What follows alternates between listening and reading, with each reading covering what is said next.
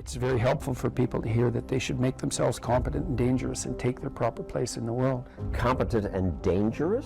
Mm-hmm. Why dangerous? Because it's the alternative to being weak. And weak is not good. The people who shoot up the high schools, they're weak. They're weak. How is it good to be dangerous? Because it makes you formidable. And life is a very difficult process. And you're not prepared for it unless you have the capacity to be dangerous. That doesn't mean that you should be cruel. It doesn't mean any of that. There's a statement in the New Testament, the meek shall inherit the earth. But the meek isn't well translated. It means something more like those who have swords and know how to use them but keep them sheathed will inherit the world. That's a way better way of thinking about it. You have to be powerful and formidable and then peaceful, in that order. And that's not the same as being naive and weak and harmless, which is what young men are being encouraged to be. It's like, that's a very bad idea. It's a very bad idea. Because naive, weak, and harmless means that you can't withstand the tragedies of life. You can't bear any responsibility. You'll end up bitter. And when you get bitter, then you get dangerous. But one thing I'm not getting, there's a big difference between letting people do something for themselves and saying men should be dangerous. By dangerous, that implies I should be ready to threaten someone, to hurt somebody. No, you should be capable of it. But that doesn't mean you should use it. There's nothing to you otherwise. Like if you're not a formidable force, there's no morality in your self-control. If you're incapable of violence, not being violent isn't a virtue. People who teach martial arts know this full well, right? If you learn a martial art, you learn to be dangerous, but simultaneously you learn to control it. Both of those come together. And the combination of that capacity for danger and the capacity for control is what brings about the virtue. Otherwise you confuse weakness with moral virtue. I'm harmless, therefore I'm good. It's like, no, that isn't how it works. That isn't how it works at all. If you're harmless, you're just weak. And if you're weak, you're not going to be good. You can't be, because it takes strength to be good. It's very difficult to be good. People are afraid of the truth because often if you reveal it, it causes conflict in the moment. Telling the truth is definitely an adventure. Seeking for sure, but also telling. Another way of going about it is to just say what you think and see what happens. That's an adventure, because you don't know what the outcome is going to be. So look, there's this old idea that it's necessary to have faith in the truth. And so here's a way of thinking about that. Someone asks you a question and you might think, well, here's the outcome I want, and so here's how I'm going to answer that question. So that's one way of approaching it.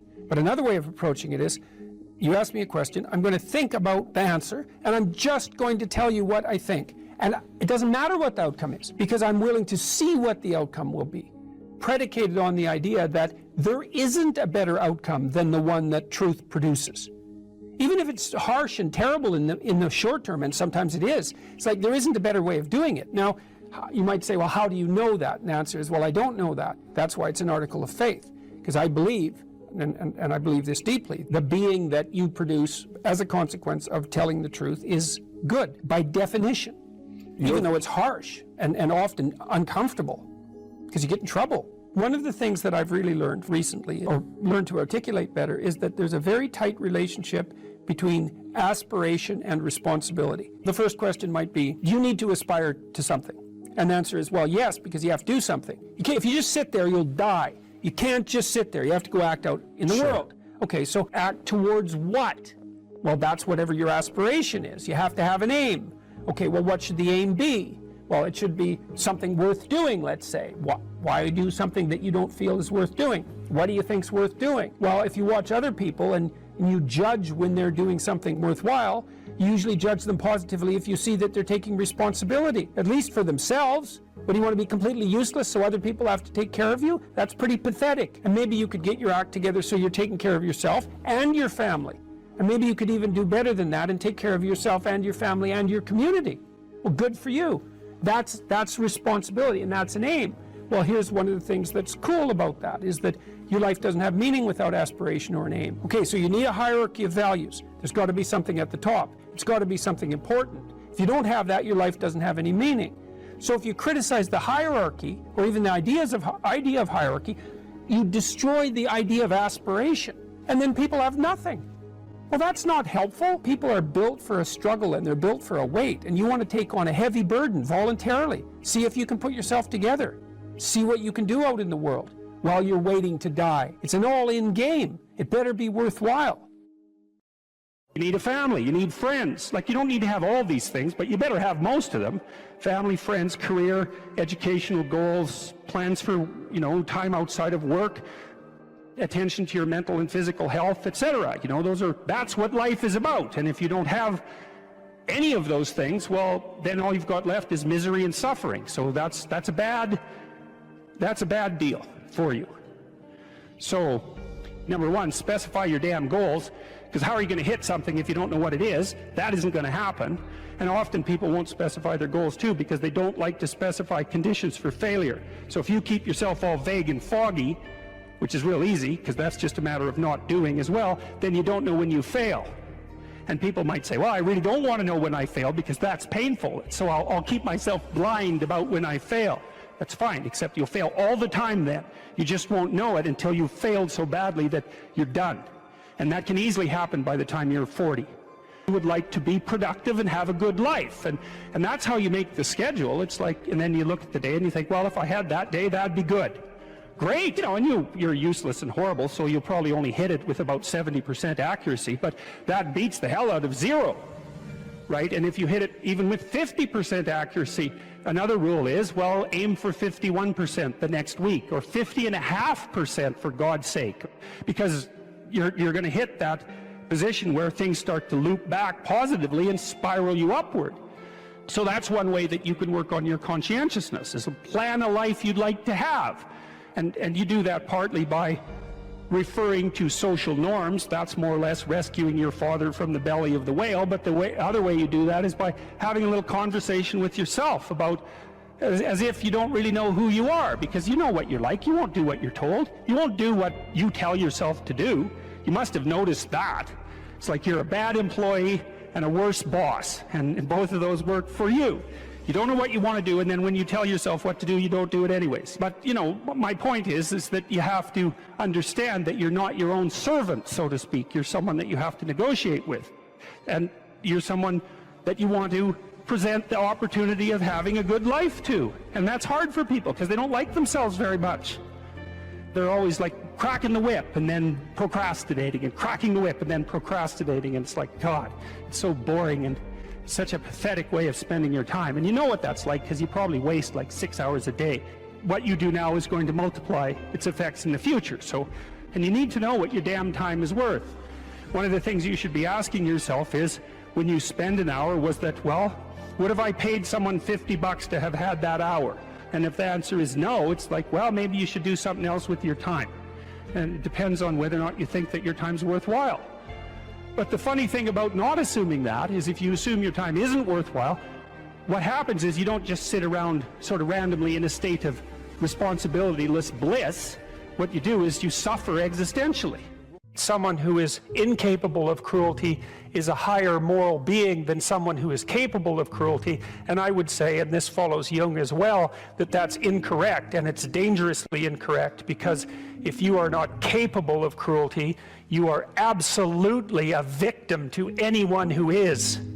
And so part of the reason that people go watch anti-heroes and villains is because there's a part of them crying out for the incorporation of the monster within them, which is what gives them strength of character and self-respect, because it's impossible to respect yourself until you grow teeth. And if you grow teeth, then you realize that you're somewhat dangerous, or maybe somewhat seriously dangerous, and then you might be more willing to demand that you treat yourself with respect and other people do the same thing. And so that doesn't mean that being cruel is better than not being cruel. What it means is that being able to be cruel and then not being cruel is better than not being able to be cruel. Because in the first case, you're nothing but weak and naive. And in the second case, you're dangerous, but you have it under control. And a lot of martial arts concentrate on exactly that as part of their philosophy of training. It's like, we're not training you to fight. We're training you to be peaceful and awake and avoid fights. But if you happen to have to get in one, and I guess the philosophy also is that if you're competent at fighting, that actually decreases the probability that you're going to have to fight, because when someone pushes you, you'll be able to respond with confidence, and with any luck, and this is certainly the case with bullies, with any luck, a reasonable show of confidence, which is very much equivalent to a show of dominance, is going to be enough to make the bully back off. And so the strength that you develop in your monstrousness is actually the best guarantee of peace. And that's partly why Jung believed that it was necessary for people to integrate their shadow. And he said that was a terrible thing for people to attempt, because the human shadow, which is all those things about yourself that you don't want to realize, reaches all the way to hell. And what he meant by that was, it's through an analysis of your own shadow that you can come to understand why other people are capable, and you as well, of the sorts of terrible atrocities that characterized, let's say, the 20th century. And without that understanding, there's no possibility of bringing it under control. When you study Nazi Germany, for example, or you study the Soviet Union, particularly under Stalin, and you're asking yourself, well, what are these perpetrators like? Forget about the victims, let's talk about the perpetrators. The answer is, they're just like you. And if you don't know that, that just means that you don't know anything about people, including yourself. And then it also means that you have to discover why they're just like you. And believe me, that's no picnic. So that's enough to traumatize people, and that's partly why they don't do it. And it's also partly why the path to enlightenment and wisdom is seldom trod upon, because if it was all a matter of following your bliss and doing what made you happy, then everyone in the world would be a paragon of wisdom. But it's not that at all. It's a matter of facing the thing you least want to face. Can you get a job or a career? Can you educate yourself? Can you regulate the draw of temptation, drug and alcohol use in particular, sexual temptation as well? Oh, do you do anything that's remotely resembling civic responsibility? Are you a member of a political party? Do you go to church? I don't go to church because, their beliefs don't match mine. It's like, who the hell cares about your beliefs? You're like 16. You don't even have beliefs. And if you think it's like you're right and the Catholic Church is wrong, well, good luck with that attitude. And that isn't to say that the church, for example, or a political party doesn't need repair, because all institutions are always falling apart and corrupt. That's a story as old as time. That's the evil uncle. But good, you have something to do. Go fix it up. Definition of man. What am I, a biologist? But as it happens, I am a biologist, so I guess I don't have that excuse. Productive generosity is good. I once read a good description of Christian charity, and it was productivity plus generosity, which I really liked, because the hyper empathic types only concentrate on the generosity end of that. It's like, I'm generous, yeah, but like, do you have any money? No, I'm generous with other people's money. Yeah, well, you're missing half the equation there. And that's really the distinction between conscientiousness and agreeableness from a personality perspective. Those are two cardinal personality traits. And agreeableness, which is basically an empathy dimension, has no correlation whatsoever with success in enterprise, business, creative domains. In fact, among managers, agreeableness looks like it's slightly negatively correlated with success, because hyper-agreeable managers can't say no. They can't discipline their employees. They can't set limits. And they're susceptible to manipulation. So productive generosity is pretty good. There is more to it, obviously, more to being a man than productive generosity. But as a central notion, that's a good one.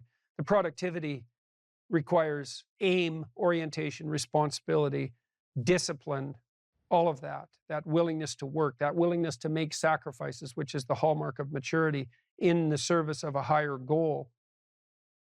And that responsibility, that productive responsibility, should manifest itself in relationship to the individual. So you should be responsible to yourself and your future self, the community of selves that you are across time.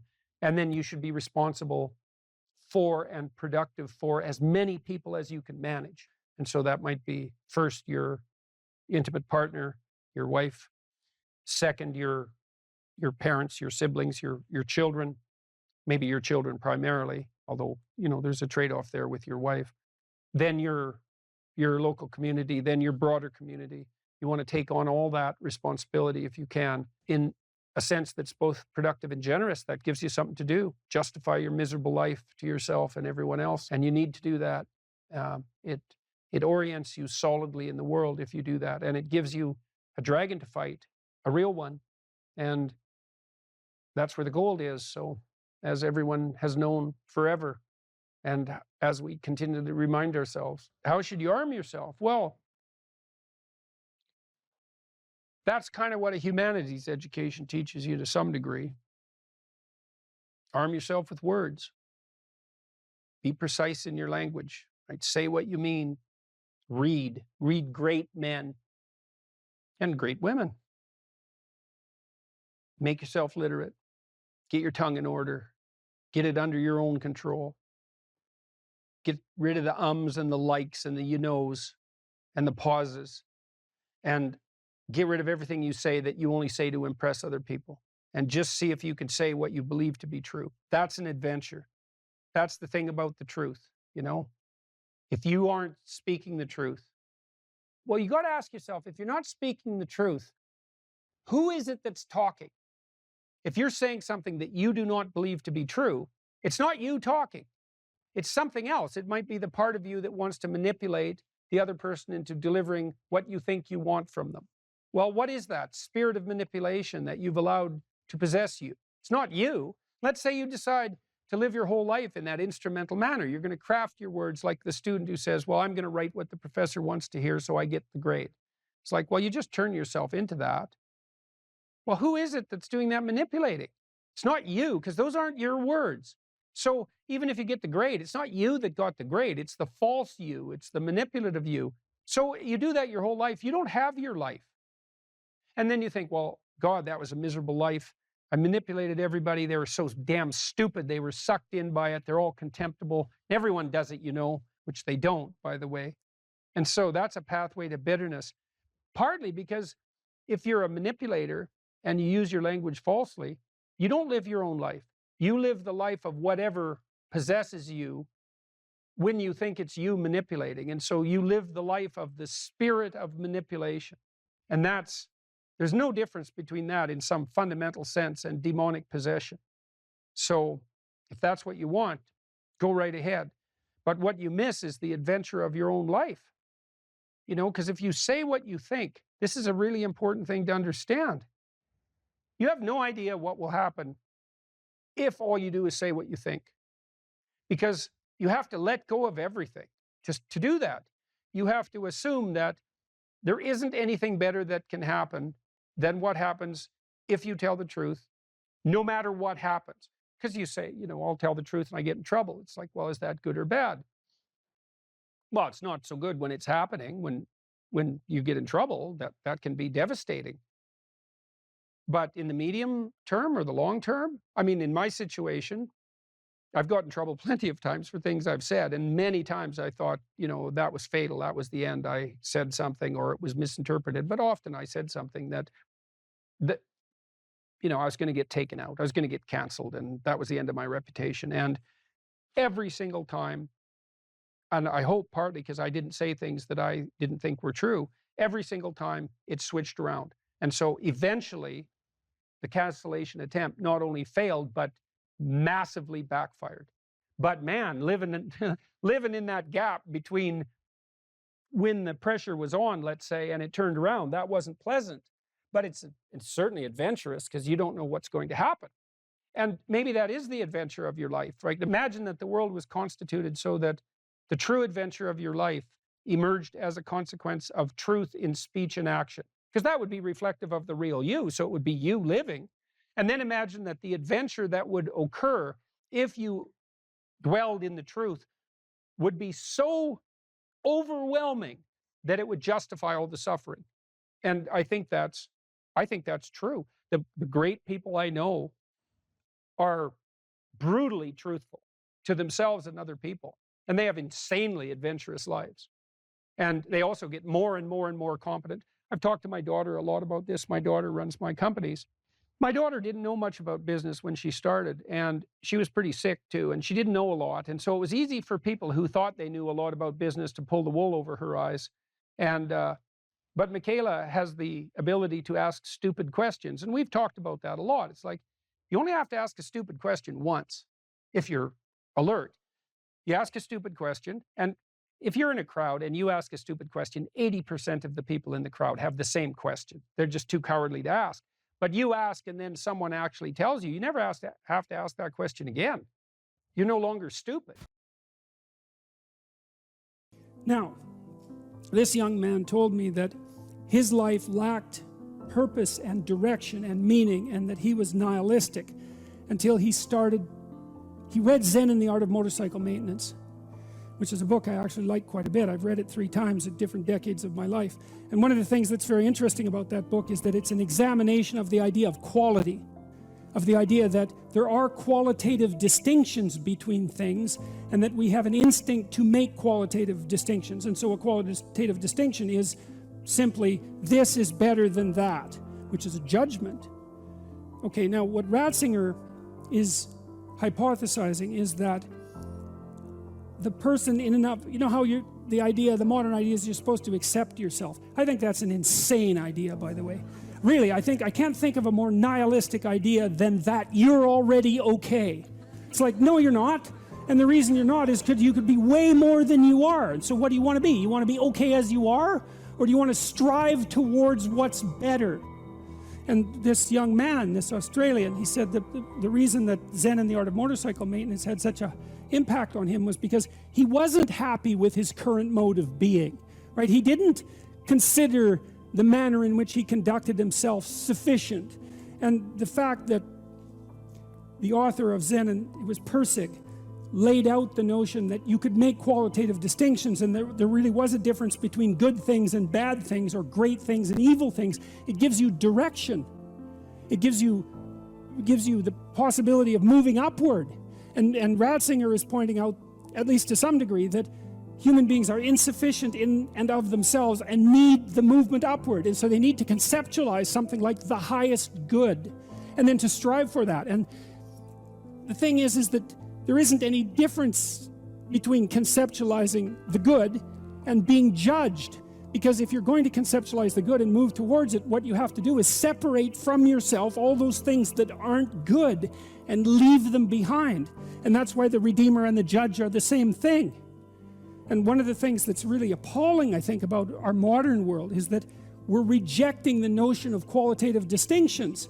You say, well, we don't want to hurt anybody's feelings by saying that one thing is better than another. It's like, okay, fair enough. It's not fun to be cast off with the damned, that's for sure. But if people are in fact insufficient in their present condition, which seems to be the case, I mean, try finding someone who isn't, then if you deny the possibility of qualitative distinction because you want to promote a radical egalitarianism, then you remove the possibility of redemption, because there's no movement towards the good. And it seems to me that it's a catastrophe to sacrifice the good for, well, it's a catastrophe to sacrifice the good for the equal. Because for us to be equal would mean, as far as I can tell, that we would all be equally unredeemed and miserable.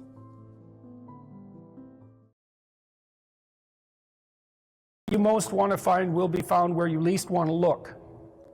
There's this old story that's from King Arthur, and King Arthur has these knights, right? They all sit around a round table, which means they're roughly equal. That's what the round table means. And they're off to find the Holy Grail, and the Holy Grail is the most valuable object. That's what it means. So they're off to find the most valuable thing, but they don't know what it is, and they don't know where it is. But they know that there's a most valuable thing, so in some sense it's akin to them orienting themselves by the star. And they don't know where to look, and so what they decide is, they have the castle, and it's the middle of a forest, and so each knight decides to start looking for the Holy Grail by entering the forest at the point that looks darkest to him. And so what's the idea there?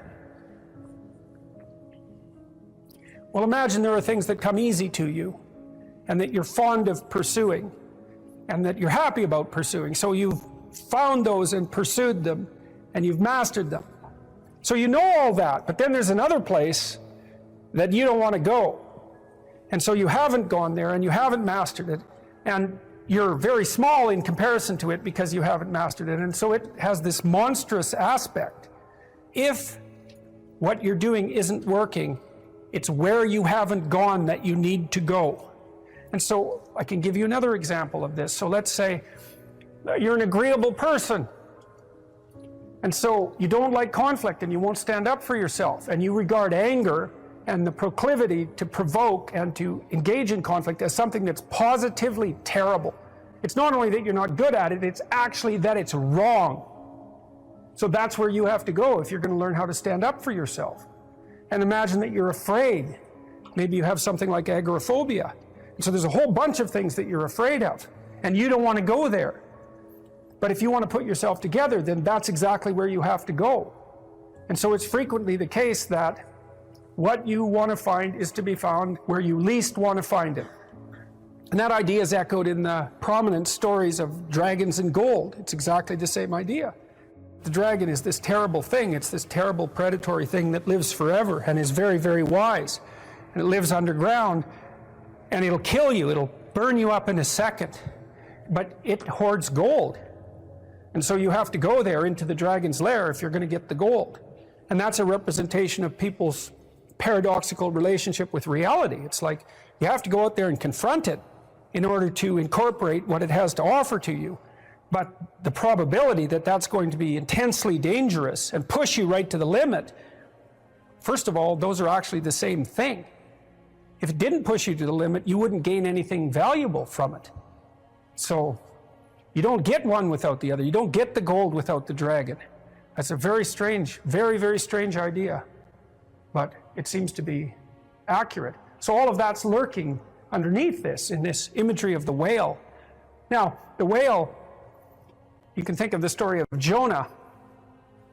What happens with Jonah is that, roughly speaking, he's a prophet, and God tells him that he has to go to this city and straighten it out because it's veered off the path and it's heading towards doom. And Jonah thinks, I'm not going to that city to tell those people anything like that, because they're not going to be very happy with me just showing up there and telling them, you know, everything they're doing wrong. And so he hops on a boat and tries to get out of there. And then God conjures up this huge storm, and the boat is about to be swamped. And Jonah admits that it's actually his fault, because God's upset with him because he got this direct command to go straighten out the city, and he ran off. And so they're not happy about this, but they throw Jonah overboard, and the seas calm, and a great fish comes up, a whale, and swallows him. And then he's down in the fish for 3 days, and it throws him up on the dry land, and then he's learned his lesson by that time, and he goes off to pursue his proper destiny. So that's echoed in this story as well, that if you don't follow the pathway that you're supposed to follow, the seas will become stormy for you, and something will come up and pull you down, and you'll be in a terrible place for some length of time till you learn your lesson. And if you're lucky, you'll get spit back up on shore, and then you can go do what you should do. Well, I mean, that's not a lesson that anybody needs to have interpreted. I think everybody understands that.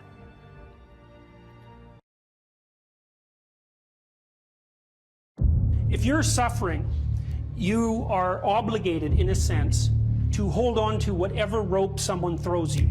Life can be meaningful enough to justify its suffering. You can tyrannize yourself into doing things, but I wouldn't recommend it. What I would recommend instead is that you ask yourself what you're willing to do.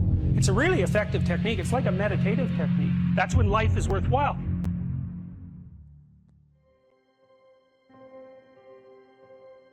I don't know exactly what's going to help you, but don't arbitrarily throw out any possibilities because you might not have that luxury.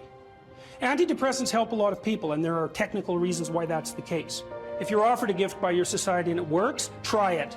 I don't care what your presuppositions are. The time you see people who are suffering with depression, for example, there's a multitude of reasons, but I'll take one common reason. You could think about it as associated with the story of Peter Pan. Peter Pan is someone who won't grow up, right? Now, the problem with Peter Pan is he gets to be king, but it's king of Neverland. Neverland doesn't exist. So being king of nothing isn't that helpful. Well, one of the things that you often see with people who suffer from depression, and I'm not making a blanket statement about the cause of depression because there's lots of them, is that people who don't have enough order in their life tend to get overwhelmed. So, for example, if someone comes into me to see me and they say they're depressed, I always ask them a very standard set of questions. Do you have a job? if you don't have a job, you're really in trouble in our society. First of all, your biological rhythms tend to go off the rails right away because there's no reason to go to bed at any particular time and there's no reason to get up. And for many people, if they don't get up at the same time, they foul up the functioning of their circadian rhythms, and that's enough to make them depressed right off the bat, especially if they start napping during the afternoon. They also don't have a purpose. People aren't good without a purpose, and this isn't hypothesizing. We absolutely understand the circuitry that underlies positive emotion. When you're attending to something you're interested in and you're engaged in it, that's when you're alive. That's when life is worthwhile. It's so worthwhile that in those moments you don't even ask the question about it. The question itself goes away because the meaning that you're united with is so powerful that it can push back the adversity that would otherwise characterize life. Nietzsche said, the person who has a why can bear any how. We know how it works. Almost all the positive emotion that any of you are likely to experience in your life will not be a consequence of attaining things. It will be a consequence of seeing that things are working as you proceed towards a goal you value. That's completely different. And you need to know this because people are often stunned, for example. They finish their PhD thesis and their presupposition is that they're going to be elated for a month. And often instead they're actually depressed and they think, oh, what the hell, I've been working on this for 7 years and I handed it in and what do I do now? And that's what depresses them, right? It's the what do I do now? Well, they're fine if they enjoyed it pursuing the thing. As long as it was working out, they get a lot of enthusiasm and excitement out of that because that's how our nervous systems work. Most of your positive emotion is goal pursuit emotion. If you take drugs like cocaine or amphetamine, the reason they're enjoyable is because they turn on the systems that help you pursue goals. That's why people like them. So if you don't have a job, you got no structure, that's not good. Plus, you tend not to have a point. So you're overwhelmed by chaotic lack of structure and you don't have any positive emotion.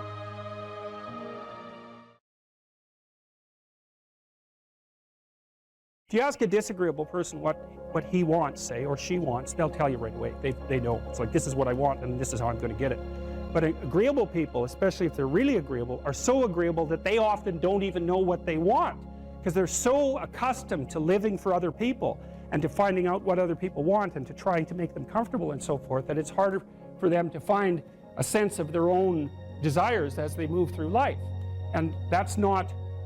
Look, there's situations where that's advantageous, but it's certainly not advantageous if you're going to try to forge yourself a career. That just doesn't work at all. And so, even though on average men and women aren't that much different in terms of their levels of agreeableness by the group, if you go out and you look at the extremes, they're very different. So all of the most agreeable people are women, and all of the most disagreeable people are men. And the thing is, the extremes are often what matter, rather than what's in the middle. And so one of the ways that's reflected in society, by the way, is there's way more men in prison. And the best personality predictor of being imprisoned is to be low in agreeableness. It makes you callous. Now you might think, well, what's the opposite of compassion and politeness? And the answer to that is, I think it's best sort of conceptualized as a trading game. So let's say that we're going to play repeated trading games.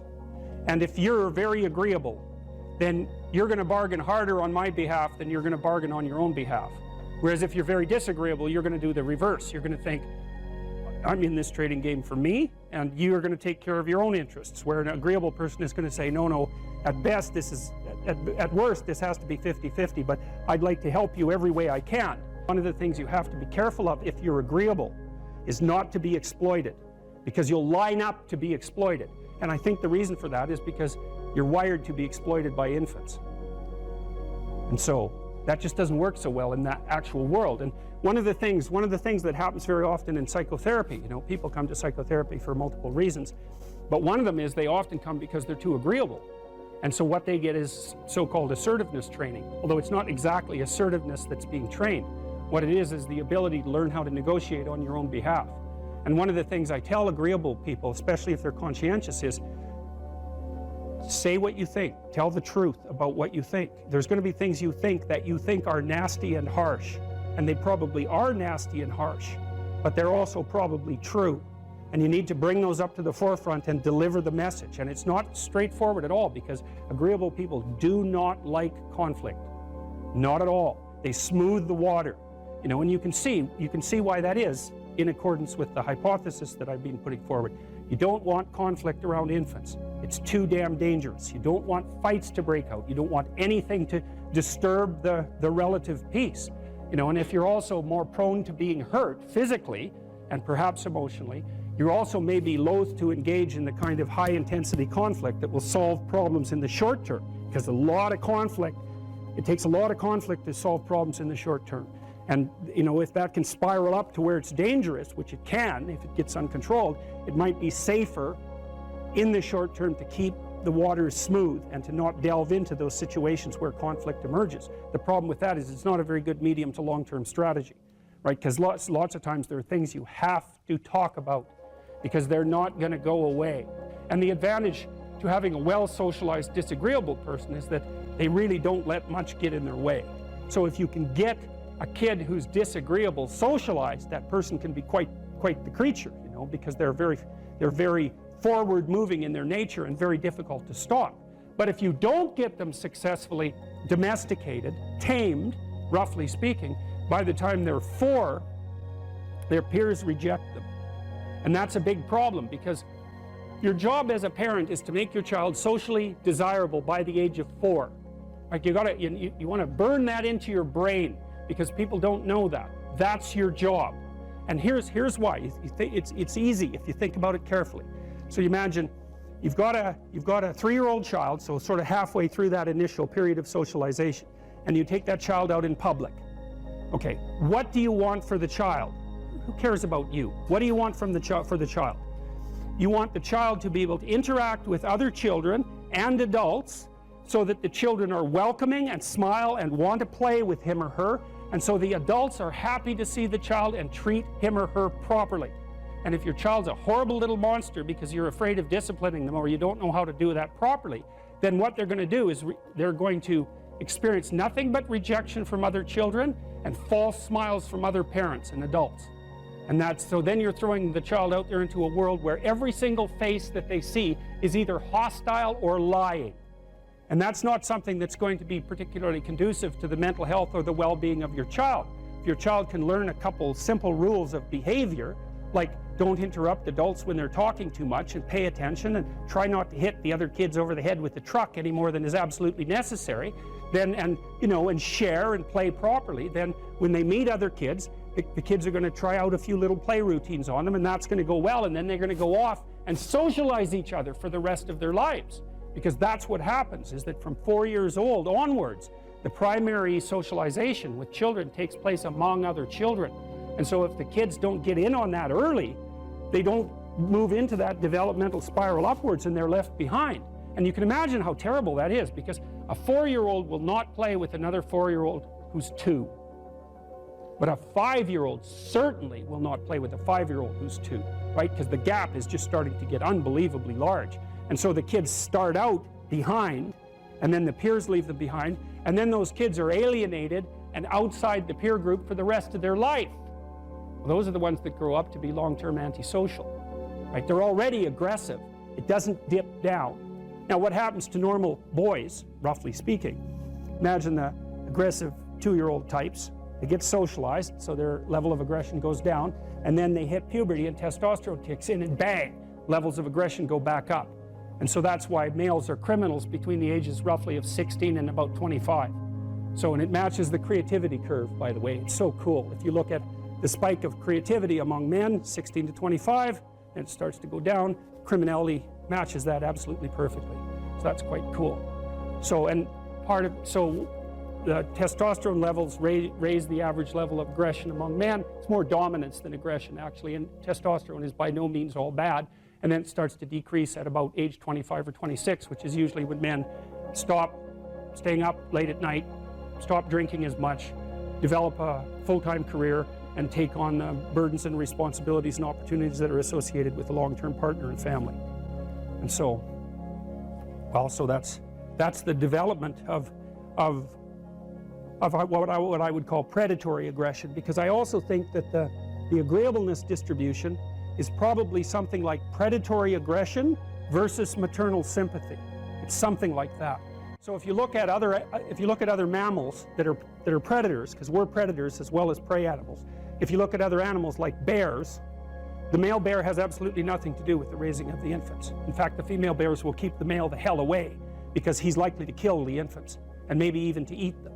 So there's no maternality at all in solitary male mammalian predators. It's really useful to investigate the viewpoints of people who have opposing views to yours, because they'll tell you things. Not only will they tell you things you don't know, they'll also tell you how to see the world in ways that you don't see it. And they'll also have skills that you don't have, that you could develop.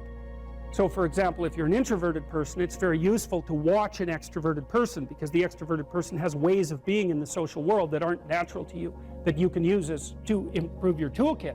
And if you're disagreeable, one of the best things to do with disagreeable people, especially if that's alienating them from other people, for example, because it can, you know, people treat you like you're a selfish, arrogant son of a, maybe that's because you are.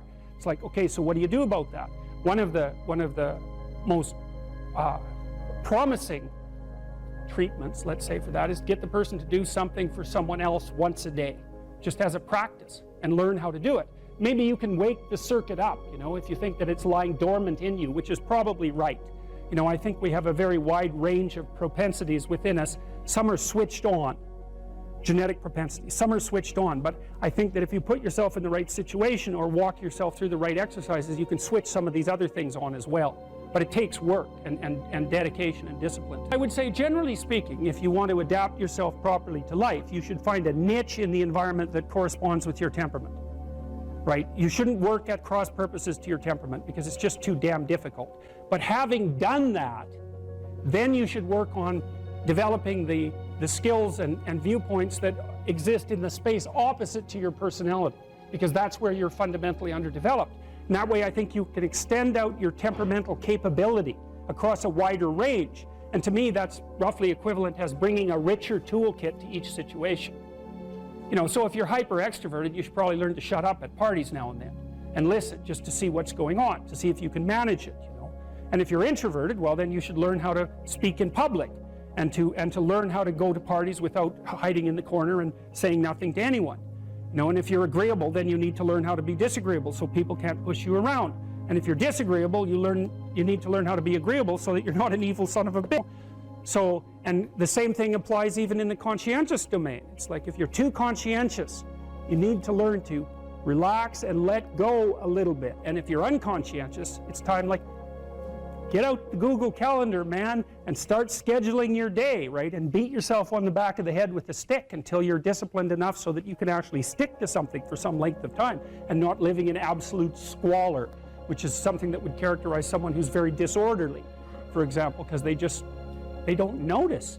It doesn't bother them, disorder. It's like, maybe they can see it, but it doesn't have any emotional valence, and so it doesn't have any motivational significance. You know, so the other thing you might want to think about too, if you're choosing a partner, is try not to choose someone who's too distant from you on the temperamental variables, because you're going to have a hard time bridging the gap. You know, it's hard for an introverted person and an extroverted person to coexist. And it's really hard for an orderly person and a disorderly person to coexist, because they will drive each other nuts. Why don't you pick up? Why are you so obsessed by it? That's the basic argument, you know. So it's useful to know about your temperament so that you can negotiate the space with your partner as well. And I don't think you should try to find someone who's exactly the same as you, because then you don't have the benefits of the alternative viewpoint. But you got to watch it, because you may hit irreconcilable differences of various sorts. And I've seen that most particularly among couples who are high and low in openness. That's a rough one. And also high and low in conscientiousness. That's another rough one, because they just cannot see how the other person sees the world at all. I called the course Personality and Its Transformations, and I think you could think about that as a restatement of the idea of being and becoming. And that's what you are. You're, for whatever that means, you're an entity that both is and is transforming. And there's a rule that goes along with that, by the way, which is don't sacrifice who you could be for who you are. Which means if you have to choose to transform in a positive direction or maintain your current position, then it's better to transform in a positive direction. So you might even think of that as the core of your being. That's a Piagetian idea. It's a Jungian idea as well. Who are you? You're the thing that transforms who you are. Now, you're also who you are, But on top of that, you're the thing that transforms who you are. And I do think that that's not an arbitrary statement. You know, one of the things that modern universities do dreadfully now is convince their students that value structures are relative, and that's a big mistake. There's a lot of things wrong with that idea, and one of the things that's wrong with that idea is that doesn't include what I just mentioned, which is that's a good moral rule, is you are the thing that is and you're the thing that becomes, and you should put the thing that becomes at a higher place than the thing that is. That means you also have to allow yourself to shake off those things about you that you might be pathologically attached to, habits and people for that matter, ways of thinking, all of those things. You have to allow yourself to shake those off, and that's more like a burning. That's why the phoenix is the symbol that it is, right? It's old and it deteriorates, it bursts into flame, and then it's reborn. It's like, well, do you want to be reborn? It's like, well, that's not the question. The question is, do you want to burst into flame? And the answer to that generally is no, but that's the wrong answer. The right answer is you let all that nonsense burn away. And you know, and you might say, well, I don't know what I should leave behind. And the answer to that is that's a lie. You know some of the things that you should leave behind. All you have to do is ask yourself. You'll come up with a list instantly of 100 stupid things that you're doing that you know you could stop doing. Some of them maybe you don't know you could stop doing. It's like, well, fine, leave those alone for now. But there's a bunch of things you perfectly know well that you could stop doing that would improve your life. And so do that, see what happens. That's a good idea. All right, so it's personality and its transformations, because partly I wanted to talk to you about what you are as a human being and also as an individual, but also what you could become. And that's actually a crucial question in the domains of clinical psychology in particular, because a lot of what you're doing with people as a clinician is trying to figure out who they could become. That's right, you have a problem, your life isn't what it could be. It's like, fine, let's see what it could be like if we changed it. We'll figure out how to change it. That's got to be a negotiated dialogue, right? Because like, I don't know what the hell you should do with your life.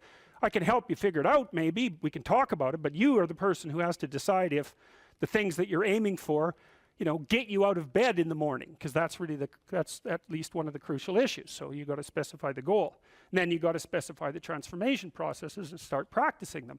And you have to understand that you're going to be bad at it, but it doesn't matter, because bad's fine. Persistent is what you need to be.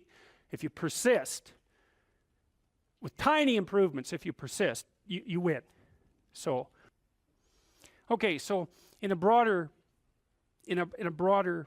context, you can think about this as a more fundamental ontological question. So one question is how you should act in the world. The other question is, well, what is the world? And that's a complicated problem. This is a scientific answer to that question, and that is that the world is a collection of objective phenomena, and that's a very powerful perspective. And we have a good method for determining what the world is like as a collection of objective phenomena. And that's made us very technologically powerful, and so more power to us and all that, but leaves a question unanswered. And the question is, well, the world isn't just a place of objective phenomena, because it's not a panoply of inert matter. It has living conscious creatures in it, and they're a different order of being. And the fundamental issue for conscious active creatures is not what is the world from an objective perspective, but how it is that you should conduct yourself in the world. And there's a kind of unbridgeable gap between those two domains of inquiry. And I think the reason for that is that the scientific method removes value from its descriptions. That's actually what it does. And so once you're left with value-free descriptions, it's very difficult to extract out a value proposition from them, because that's the scientific method removes the value propositions. You're supposed to be left with only that which is objective, right? And value propositions are in the domain of the subjective. So I think the idea that you can derive what you should be or do from a collection of facts is flawed, A, because collecting the facts themselves gets rid of the value structure, but B, there's an infinite number of facts, and so how are you going to pick which ones should guide you? You can't. You have to do something else. The facts do not tell you what to do with the facts. You need something else to help you figure that out. Well, it's come to me over the years that that's what the narrative cognitive framework does. It's the framework that we use to specify how we should act in the world. And so you could divide the world into the world as it is and the world as perhaps it should be. That gives you some direction, and you need that, and we know this technically, right? You need direction. The reason for that is it's direction that produces primary positive emotion. And so if you need positive emotion to move through life, which you do, because you can't even move without positive emotion, and also positive emotion is a good bulwark against terror and pain. If you need those things, then you need direction, you need a goal, you need a value structure. So that doesn't seem particularly disputable to me. You could still say, well, what value structure? It's like, okay, fine, that's a good question. But I've thought a lot about that too. So if we're going to adopt a value structure, there's a couple of rules that go along with it. And this is why the bloody postmodernists are wrong, as far as I can tell, is A, it can't just be my value structure, because I'm stuck with you. And we're both stuck with all these other people. And so if I'm going to lay out a value structure, which is a way of interpreting the world, let's say, and there's an infinite number of potential ways of interpreting the world, it's like, yeah, fine, no problem, except that I have to interpret the world in a way that I can use while I'm dealing with you, and while the two of us are dealing with everyone else, and while all of you are dealing with everyone else. And so that's the Piagetian game proposition. If you want to be a popular kid on the playground, you better play games that other people want to play. That's a brilliant, brilliant, brilliant observation. And I told you that Piaget was trying to heal the rift between science and religion, and that's one of the things that he did that he thought helped do that. So the question is, well, where do moral judgments come from? Well, they emerge as a consequence of consensus, and it's a bounded domain. If we're gonna occupy the same space for any length of time, and those are two critical propositions, the same space and a long time, then we have to figure out how to play an iterative game that doesn't spiral downward, hopefully that might even improve, that we both don't object to, because otherwise it's not going to work, right? You'll walk away and play another game, or the game will disintegrate catastrophically. So there's massive social constraint on what constitutes an appropriate frame of reference. So much for the relativist argument. And then there's another issue that's equally relevant, and it's associated with the idea of objective reality to some degree. But that's not exactly correct, because it's not exactly objective reality. Let's say that you and I decide to occupy the same place for some substantial amount of time, and we figured out how to solve the problem of being together. But you and I still have to figure out how to solve the problem of being together in a manner that doesn't make the world object too much. And it isn't just other people, although that's a huge part of the world. You want them to not object. You may even want them to support you. That would even be better. But you also have to deal with the tendency of matter to object.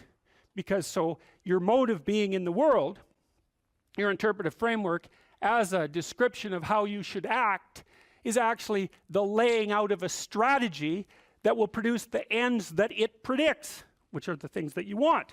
So this is the pragmatist perspective. This was worked out by William James and his people back in the late 1800s in New England, the only genuine brand of American philosophy. And what the pragmatist said is, how do you decide if something's true? The answer is, how the hell can you? You don't know anything. Well, that's true, but that isn't helpful, because there you're stuck with the problem of how to be in the world. Well, so what you do is you lay out a mode of interpretation that has an endpoint.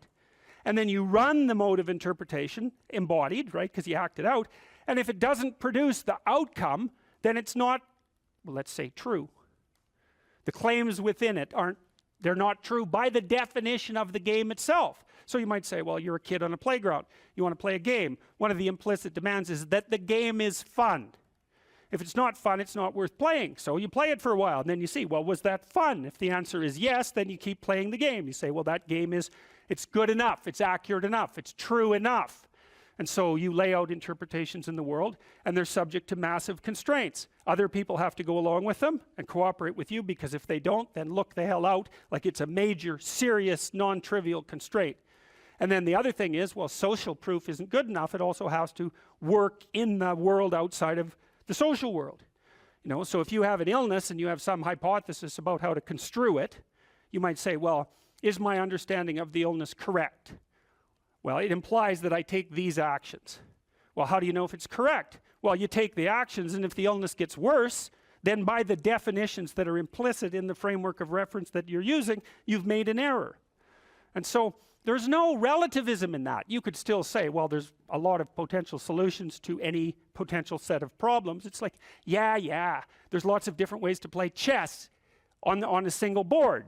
Right, but that doesn't mean that any old solution is as good as any other solution. It doesn't mean that at all. So, okay, so then we're looking at things two ways. We're trying to figure out, well, how does the world present itself, and then how is it that you should act in it? And so,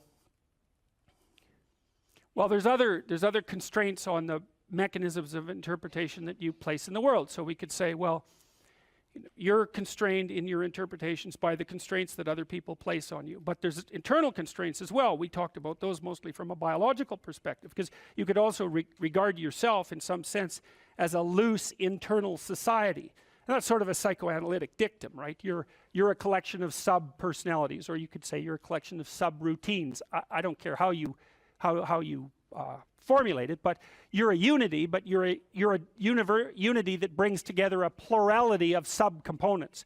And part of the constraints on how it is that you lay out your interpretation of the world is that you have to satisfy those internal subsystems, right? So you're the ego, but it's more like you're the captain of a ship full of people who are rowing. You got to keep the people rowing. You're not tyrant. You're not omnipotent tyrant of your own destiny. You're constrained by the nature of your own being. And so you have to provide yourself with food, and you have to provide yourself with shelter, and you have to provide yourself with water, and all of these things. And those are demands that are laid on you by the nature of your internal processes. And of course, how they lay themselves out as demands and what the appropriate solutions to that is, to those problems are, is debatable infinitely. But you can see the constraints stack up. You have to satisfy your internal constraints. So they have to be brought into a unity. That seems to happen, at least in part, but between the ages of 2 and something like between the ages of birth and 4 years old, maybe even 2 years old. You bring yourself together into something that's sort of functioning as a unity. Then you have to turn that unity into a unity that can function in the social world with increasing breadth. And that unity in the social world has to be a unity that can function inside the natural world. It's something like that. So you're stacking up these games into a hierarchy of increasing complexity. And one of the questions that emerges from that is, well, what should be at the top of the hierarchy? If it's a hierarchical structure, it has to be a hierarchical structure because some things have to be worth doing more than others, or you can't act, which is another thing I really don't like about the postmodernist ethos, because it claims that value structures are there to eliminate, to exclude and oppress, and never once notices that, well, yeah, fair enough, but value structures are also there so that you know which way to walk, because you can't figure out which way to walk without saying that that direction is preferable to that direction. So you're stuck with the damn things.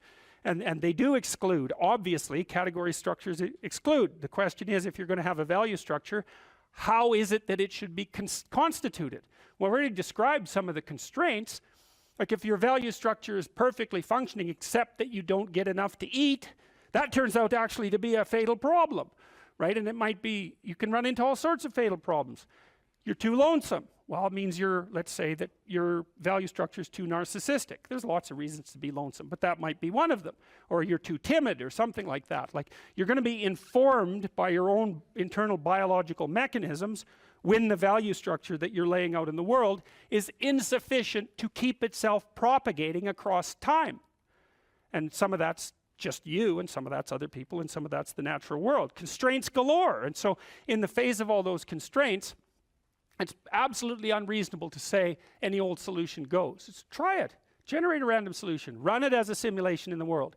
And see how many slings and arrows come your way. There'll be plenty. And you might say, well, I don't care about slings and arrows. It's like, yeah, no. That's a claim you don't get to make. So, okay, so you're being informed internally as to the nature of your value structure. You have to specify where you are. You have to specify where you're going. You have to integrate all your underlying biological mechanisms into that schema. It's something I think that's actually kind of weak about the Piagetian idea, say, because Piaget, I'm a great fan of Piaget, but Piaget tended to think that the child came into the world with nothing but a set of reflexes. I mean, that's his technical claim, and that you bootstrap off those reflexes, and I think it underestimates the degree to which the child comes into the world as an already prepared unit. And I mean, he just thought of those things as so self-evident that you don't need to talk about them, but that's actually not true. You do need to talk about them. We know, for example, that if you provide children with food and shelter, and adequate food and shelter, but you don't interact with them socially, almost all of them die in the first year, right? It's not optional. Touch is not optional for children. Attention is not optional for children. Play is not optional for children. So it isn't just like, well, the child comes into the world with a set of reflexes and can adapt to any old environment. It's like, no, the environment has to be structured in a certain way or the child will die. And it's very interesting when it comes to things like play and touch, because you wouldn't think of those as fundamental necessities, right? But it turns out that they are. If you deprive a child badly enough of play and touch in the first 3 years of their life, even if they survive, what comes out at the end of that is often something that's like barely recognizable as a functional human being and cannot be repaired after that point. And that experiment was done with Romanian orphans back in the 90s. So it was an ugly situation, to say the least.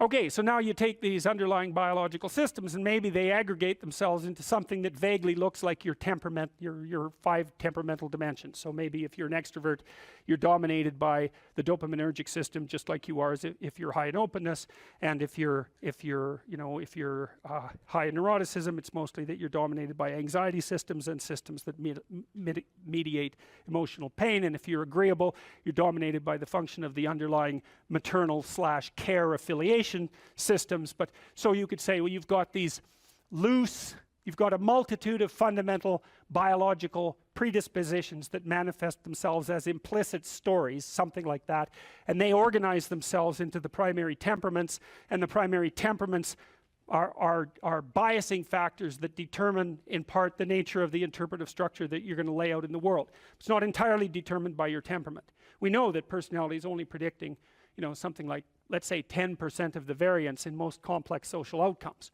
And the other elements are, well, temperamental as you might be, you still have to get along with other people and the world. So you come in with these internal biases, but they still have to be modified extensively by your social and your natural surround. Okay, and then you develop your routines from the bottom up, as Piaget pointed out, and sometimes from the top down, because now and then you can think yourself into a radical transformation. But mostly what you're doing is building the micro units of your interpretive schemas and your behaviors and aggregating them into higher order structures that you can then tag with higher order abstractions. And we talked about that. You can't tell a 3-year-old to clean up his room. And the reason for that is those are empty boxes as far as the kid's concerned. Clean? He might have room, he might have that. Clean he doesn't have. He might have pick up the teddy bear and put it in that space, right? So that's one of these little micro routines. And maybe you say, you put 20 of those micro routines together and now you can say, clean up your room. And basically what you're saying is, implement the 10 micro routines that you've learned. And so a well-functioning personality has all the micro routines in place. That's actually something that you help people with if you're a behavioral therapist, because one of the things you assume if you're a behavioral therapist is that sometimes the reason people aren't doing things is because they don't know how. Sometimes maybe the person's depressed but potentially high functioning. They got all the damn micro routines. They're well socialized. They're just dormant. You got to get them awake again and implementing them. But sometimes you get someone in your practice, say, who's just been neglected like you cannot believe, right? The parents never paid any attention to them, or maybe just punished them every time they did something good. That's really fun. And then, they didn't make friends, and so they're really, really vague and poorly articulated. And so then what you do is you work at the bottom of the micro routines and get them to practice building up all these little attributes that they didn't build up. And one of the things you can think about in terms of character development is, so now maybe you understand something about your own personality. You might say, well, what could you do to improve your personality? And the answer is, develop some of the micro routines on the other side of the personality distribution. So if you're disagreeable as hell, maybe you could start learning how to do nice things for people. And that actually works, by the way. So if you take disagreeable people who are depressed and you get them doing nice things for other people, their depression tends to lift. But then by the same token, if you're agreeable, then you should practice doing some things for yourself and being more tough-minded in your negotiations. And so you can sort of place yourself on the personality trait distribution. You're extroverted. It's like, okay, man, learn to spend some time with yourself, right? You're low in openness. Well, try reading a book that's outside of your sphere of interest now and then. If you're conscientious, well, you should probably learn how to relax occasionally, and so forth. So you can, I think partly what you're doing as you're developing your personality is not moving the mean much, the average, where you're located, but you're extending the standard deviation so that you're a bigger bag of tricks than you were before. And I think you can practice that consciously. It's like you're hyper orderly. It's, well, get a dog, Dogs are messy, horrible things, It's just what you need if you're hyper orderly, because they're going to leave hair everywhere and force you to live with it.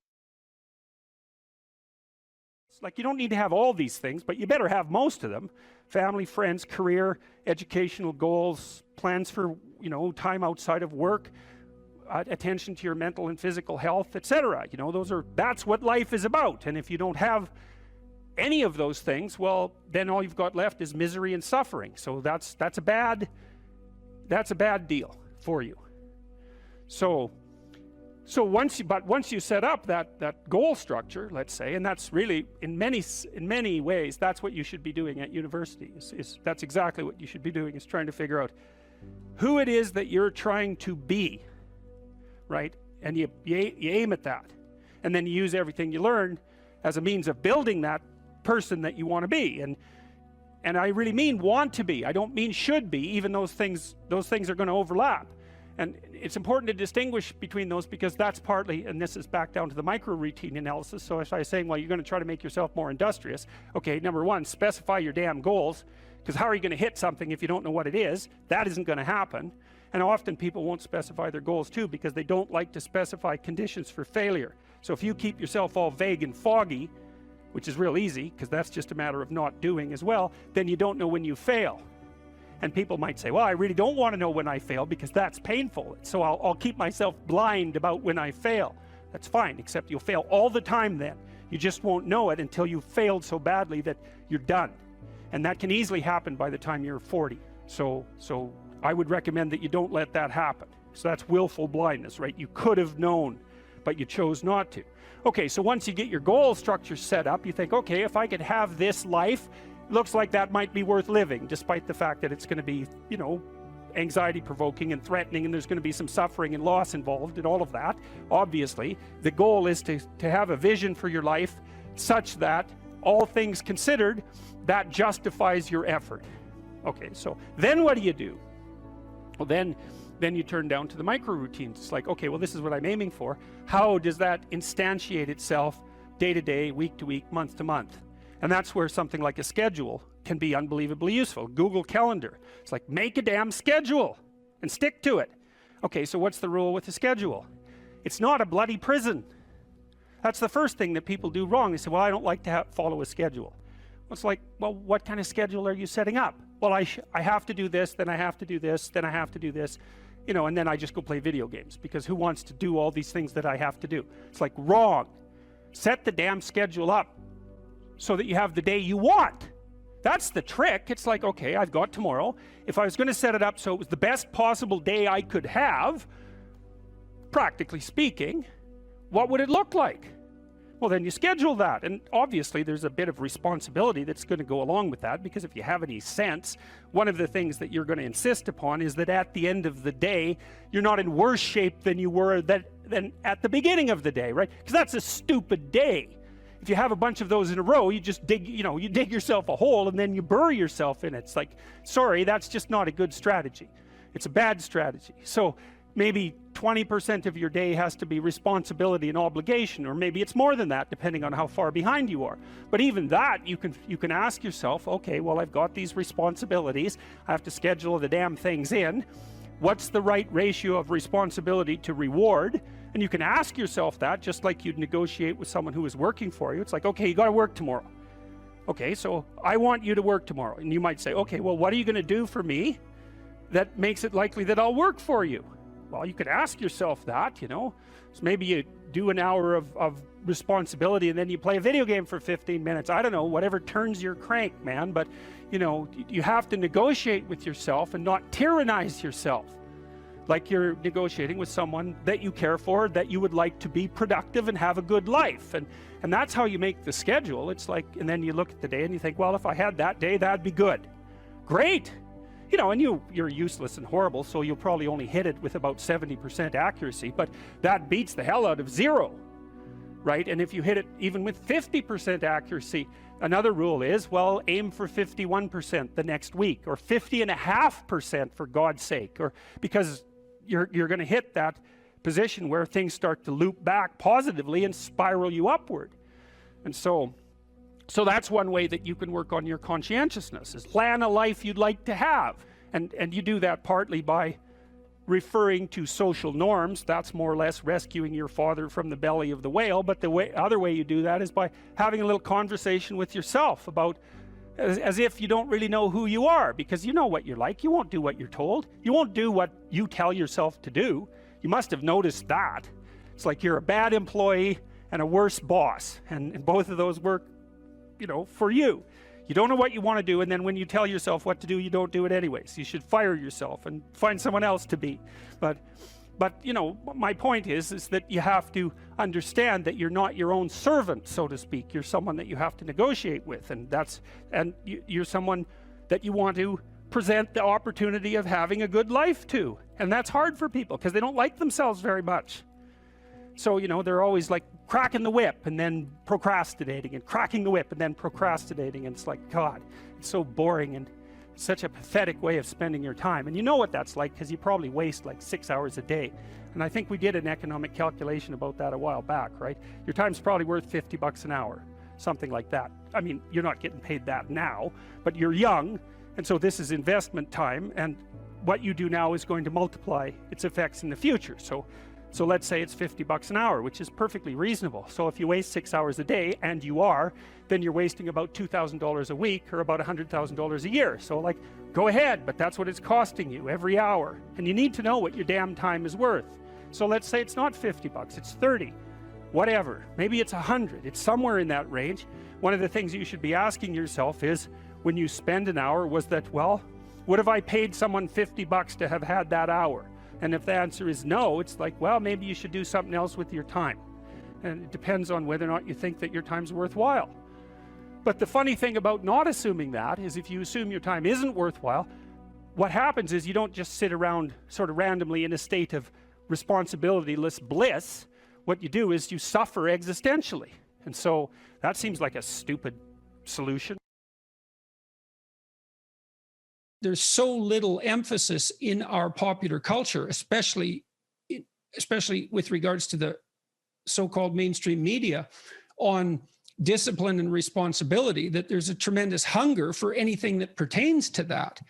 And you have a right to be discussing that, I would say, because of your background, which, if nothing else, required a tremendous amount of discipline. Yeah, and I ended up writing a book called Discipline Equals Freedom. And I'm lucky that I wrote it when I did, because if I would have written it 2 years later, everyone would have said, oh, everyone's talking about discipline now. So yeah, discipline, absolutely. Discipline does bring you freedom in life. And that's something that I kind of figured out over time. So what do you mean by that? Like, how did you figure that out? And what do you mean by that? Because they're often, and you know, the classic sort of, what would you call it? Romantic rebel is someone who is free from excessive order, let's say. They see freedom and discipline as antithetical, rather than seeing one as a precondition for the other. And so how did you learn that discipline was a precondition for freedom? If I've got the equation, how did that manifest itself in your own life? So we'll start off by saying this. And look, I was a young kid. I joined the Navy to go in the SEAL teams. I went through SEAL training. I showed up at a SEAL team 1. And when I got there, and as I look back, this is a very powerful thing, even though it's very simple. I'm 19 years old when I show up at SEAL Team 1. I'm done with the basic SEAL training. And I have a goal in my head, which is this. I want to be a good SEAL. Mm-hmm. That's what I want to do. That's like, I don't know about anything else. This is what I want to do. I want to be a good SEAL. That's what I want. I want to be a good SEAL. And so as a 19-year-old with all kinds of energy, and we haven't talked about my childhood yet, but I was kind of like a very rebellious kid. When you talked about seeing a kid that looked like you could have handed him a club or a battle axe and he would have probably been feeling a little bit better, I was like that. I was constantly looking around for a club or a battle axe because that's what I felt like I needed to do. And it was beautiful because I was running around the woods as a young kid playing Army. And I just went and actually played Army. That's what I ended up doing. So I never really had to force myself into some mold that I didn't want to be into. So I got to SEAL Team 1, and now I just want to be a good SEAL. That's what I want. And so now that starts steering some of my decisions. And for the most part, it steered my decisions in a decent direction. Now, there were some times where, as I look back now, what I thought was a good SEAL was a little bit off, but luckily it wasn't 180 degrees off. It might have been off 30 degrees or 40 degrees. Right. And as I got older and more mature and I figured out more about what that ideal should look like to me, and I could keep chasing that ideal, that was good. But even to be a 19-year-old kid with a 70 or 80 degree corridor to move forward in is not a bad thing. No, it's a gift. It's a gift. Exactly. Mm-hmm. So then I'm looking around at other SEALs that were older than me and more senior to me and trying to figure out which one of those guys is a good SEAL.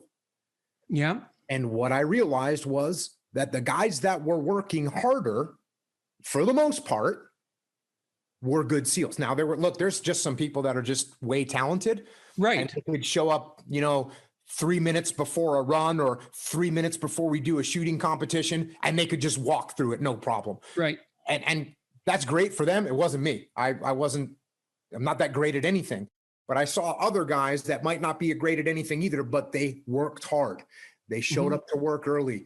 They did the drills that they were supposed to do. They had discipline. And when you have has amalgamated statistics, and I hope I get this right, but it's approximately correct. If you work 10% longer hours, you make 40% more money. Right. And so, and I think your comments about talent are also dead on. It's like in any field of enterprise, there are people who are phenomenally gifted. And then if they work really hard, they're even more phenomenally gifted, right? Those are the people who break records. But that talent apart, hard work actually works. And with virtually everything, it might not make you the best at whatever it is you're pursuing, but it will certainly make you better than you are.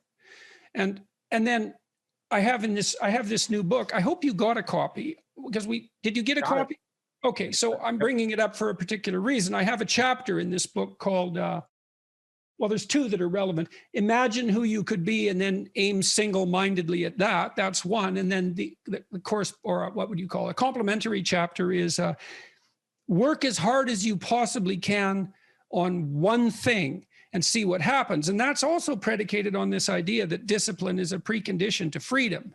So you were fortunate, like you had this goal, right? So that meant you had a goal, which is a really big deal because you could learn about goals. You had a sense of a higher mode of moral being, that I would rather be a good SEAL than the person I am now. Well, it's a code of behavior and a way of perceiving. So there's an ethic in that. And then you said as well, your conception of what good SEAL meant changed as you matured, but that's also fine. It wouldn't have changed unless you would have pursued that initial only partially accurate goal. And so that's also a really good thing for people to understand, is like, if you don't know what you're doing, aim at something. Is it the right thing? No, but it's better than just shooting randomly. So you aim at something, and then as you aim and you move towards it, you're going to find out why you're wrong. And then you might recalibrate your aim. And that's going to happen over and over, because as you move towards a goal, it recedes or it broadens, or it recedes and broadens. And otherwise you'd run out of things to do. Any advice for students here? Yeah, read great books. Mm-hmm. Really, man. You've got this 4-year period that has been carved out of your lives by society. It's given you an identity, like a high quality identity, and freedom at the same time. And you're not going to get that again in your life. You've got you've got a respectable identity, university student, and complete freedom associated with that, or as near as you're ever going to get. And you've got these unbelievable libraries that are full of the writings of people who are intelligent and articulate beyond comprehension. And you know, and you can go there and you can learn all this. And you might think, well, why should you learn it? Well, you learn it to get a job, or you learn it to get good grades, or you learn it to get a degree, and that's all nonsense. It's nonsense. The reason that you come to university to be educated is because there is nothing more powerful than someone who is articulate and who can think and speak. It's power, and I mean power of the best sort. It's authority and influence and respectability and competence. And so you come to university to craft your highest skill, and your highest skill is to be found in articulated speech. And if you're a master at formulating your arguments, you win everything. And better than that, when you win everything, everyone around you wins too. Because to transform yourself into, let's consider your transformation to something approximating the logos. It means you shine a light on the whole world. Well, there's nothing more exciting to do than that. There's nothing better you can possibly do. And to think that you're coming to university to be, you know, trained to have a job, it's like, great, that's a hell of a lot better than being unemployed and covered with Cheeto dust while you're snacking away in front of your video game in the basement. But it's not and I don't have anything against video games, by the way, but it's hardly a triumphant call to being in the world, and that's what university should be calling forth. It's like, God, you people, you know, I know what Harvard students are like. I taught here for 5 years. You people are spectacular. You're spectacular. You're all capable of being world beaters. You transform yourself into something that's articulated and sensible and grounded in history and knowledgeable and wise, man. You can do anything you want, and hopefully anything you want for good. Because if you have any sense, everything you want to do would be for the good, because there's nothing more compelling or meaningful or useful in combating the tragedy of life than to struggle with all your soul on behalf of the good. And the universities have forgotten that. It's why everyone's bailing out of the humanities, and they should. The humanities are corrupt. And they're corrupt because they're not telling students this. It's so bloody obvious. It's like, learn to think, learn to speak, learn to read. It makes you a superpower, an individual superpower. I don't understand why that isn't just told to students. It's not that hard to understand, and everyone wants to hear it. It's like, really? I could do that? I could do that? It's like, yeah, really, you could do that. And the whole society around you has labored for really thousands of years to provide every single one of you with this spectacular opportunity that you have while you're undergraduates and graduate students here, man. Everyone's just praying that you would come here and manifest everything that you could manifest. And that's what you should be doing, instead of waving placards and complaining about how you're oppressed, for God's sake. You see these Yale students complaining about their oppression. It just leaves me aghast. It's like, well, we're against the ruling class. It's like, no, you're baby ruling class members. You're young.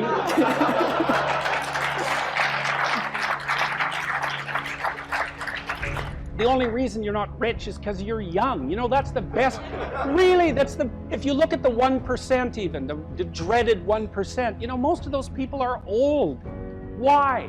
Well, when you progress through life, if you're reasonably successful, you trade in your promising youth for your wealthy old age, but you're still bloody old. Would you trade it? Would you trade your youth for that? Like, if you factor age out of the economic equation, things look a lot different. Well, of course older people have more money. If they have any sense, they've been collecting it for their whole life. Is that somehow unfair? It's not unfair unless you want to be poverty-stricken when you're 70, and you don't want to be poverty-stricken when you're 70. So I just don't understand what's happened to the universities. I can't believe that you're not told when you come the first day, look, man, you're here on a heroic mission. You're going to take your capacity to articulate yourself to levels that are undreamed of. You're going to come out of here unstoppable. You're going to be able to do anything you want. It's like, that's what you're here for. Instead, you're taught that, well, you know, the world's a pretty oppressive place, and you're probably the bottom of the victim pile, and there's virtually nothing you can do about it except, you know, deconstruct the patriarchy. And it's so weak-kneed and so pathetic that universities should be embarrassed that that's what they're peddling to students. I'm embarrassed by it. You know, I've gone on public record telling parents, bloody well send your boys to trade school, because at least they'll learn something useful. And that's a terrible thing for someone like me to say, because I do believe that that being articulated and educated in the highest possible manner there's nothing that's better for you and for society. And why have the universities forgotten this? Well, that's postmodern neo-Marxism for you, you know, and the philosophy of intense resentment and oppression and group identity, and God, it's just pathetic. Dr. Peterson, I think a lot of students here would agree with you that one of the main purposes of education at college, particularly at Harvard, is to develop their sense of articulation, their ability to read, their ability to critically think. But then what comes after? Particularly at Harvard, there's a big discussion on what is a good life? What does it mean to use those skills that we get here, and then we graduate? What do we do from there? Stop unnecessary suffering. That's what you do. You know, that's your calling. It's like you say, well, what do you do after you graduate? Well, if you graduate articulated and powerful, there will be people giving you so many opportunities you won't even be able to keep up with them. You know, I've worked with very, very competent people in many different domains in my life, hyper competent people. And I can tell you some very interesting things about hyper competent people. The first thing is they are not selfish. And they're not greedy. And one of the great pleasures in their lives is to find people who have the capacity to also be hyper competent and to open doors for them as rapidly as they can possibly be opened. They delight in that, because there's very few things that are more intrinsically meaningful if you're an accomplished person than to find young people who have the possibility of being accomplished and say, hey, look, here's an opportunity for you. It's like, go out there, man, kill it. And then they go out there and kill it, and you think, right on, man. Here's another opportunity. Why don't you go out there and nail that too? And you think, no, they're all hoarding their wealth and they're not going to share it with anyone. It's like, that's absolute, complete rubbish. And so you don't even have to worry about what you're going to do after you graduate from here if you turn yourself into half of what you could be, because people will be dying to offer you every opportunity that you can possibly make use of. So it's a moot point. The world is always desperately short of people who can think and speak.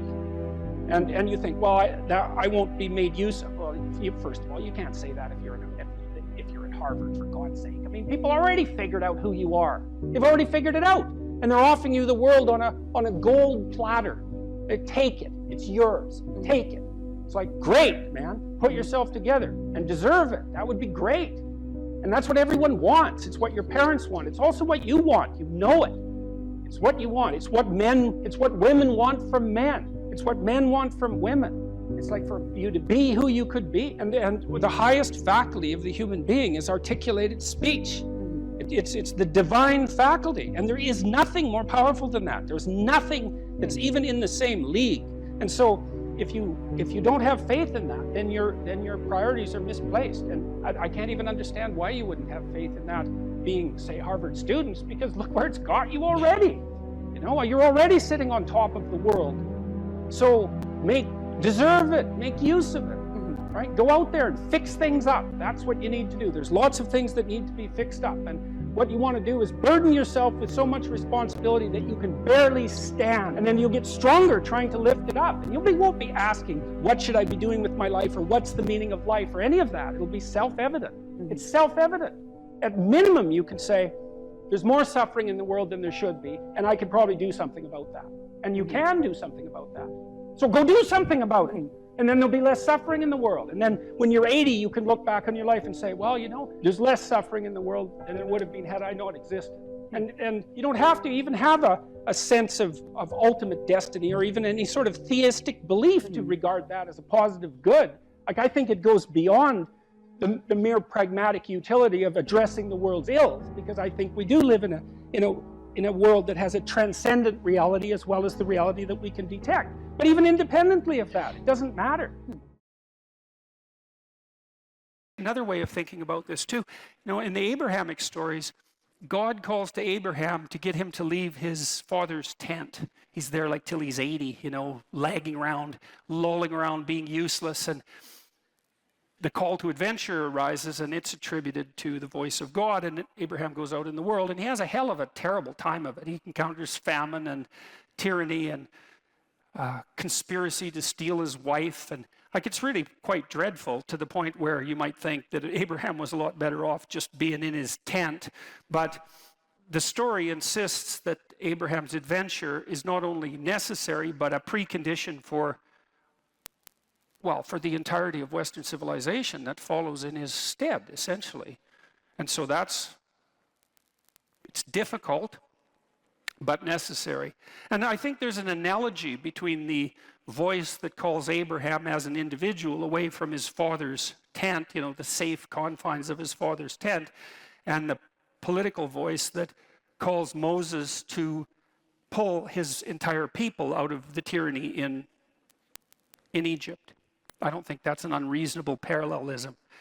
And so God in that situation is the voice of adventure and the voice of freedom.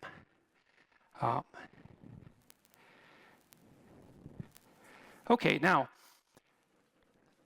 Moses heeds this call and convinces the Pharaoh, eventually, to let the Israelites go. And so they leave tyranny. And the story is very interesting to me because it's so sophisticated in structure, because you might think once you get out of the tyranny, problem solved, right? And you could even think about this in terms of the tyranny of your own preconceptions.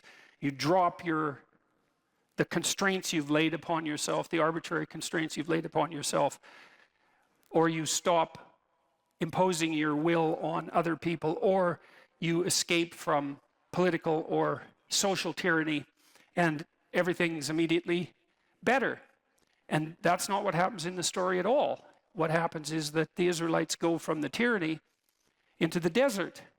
And it's not obvious at all that the desert is an improvement over the tyranny. And it's also a very strange story, because if you think about the story geographically, the desert that the Israelites were hypothetically wandering through isn't that big. And they're there for like 45 years, and you think, well, that's kind of a failure of leadership. It'd take like 2 weeks to walk across the desert, yet they're out there for 45 years or 40 years. What can that possibly mean? And what it means, I think, it means a variety of things, but apart from the fact that it's out of the tyranny into the desert, which is really something to think about. Like, why won't you drop your stubborn preconceptions if they're just constraining you, you know? Or why would people subject themselves to totalitarian oppression if they could just let it go and then everything would be all right? And the answer is, everything wouldn't be all right. It might get worse initially. And that's sort of what seems to happen in the Exodus story. It's like in the desert. And how long? 40 years, 3 generations. So you might think, well, we were better off in the bloody tyranny. And lots of times, we've seen this in the modern world, there were no shortage of people in the Soviet Union once the Soviet Union collapsed, even after the terrible 1990s, who were, what would you call it, reminisced fondly about the good old Stalinist days. And you can kind of understand that, because maybe knowing exactly what you should be doing all the time is preferable to not knowing what the hell's going on ever. And maybe that's the distinction between the tyranny and the desert. You know, you drop the tyranny, but then what? Well, what happens in the desert? The Israelites are wandering around there for like decades, and they fight amongst themselves. And Moses has to act as a judge. I won't get into that too much, but he judges them for a very long period of time, for many, many hours every day, trying to help them regulate their behavior now that they don't have a central authority.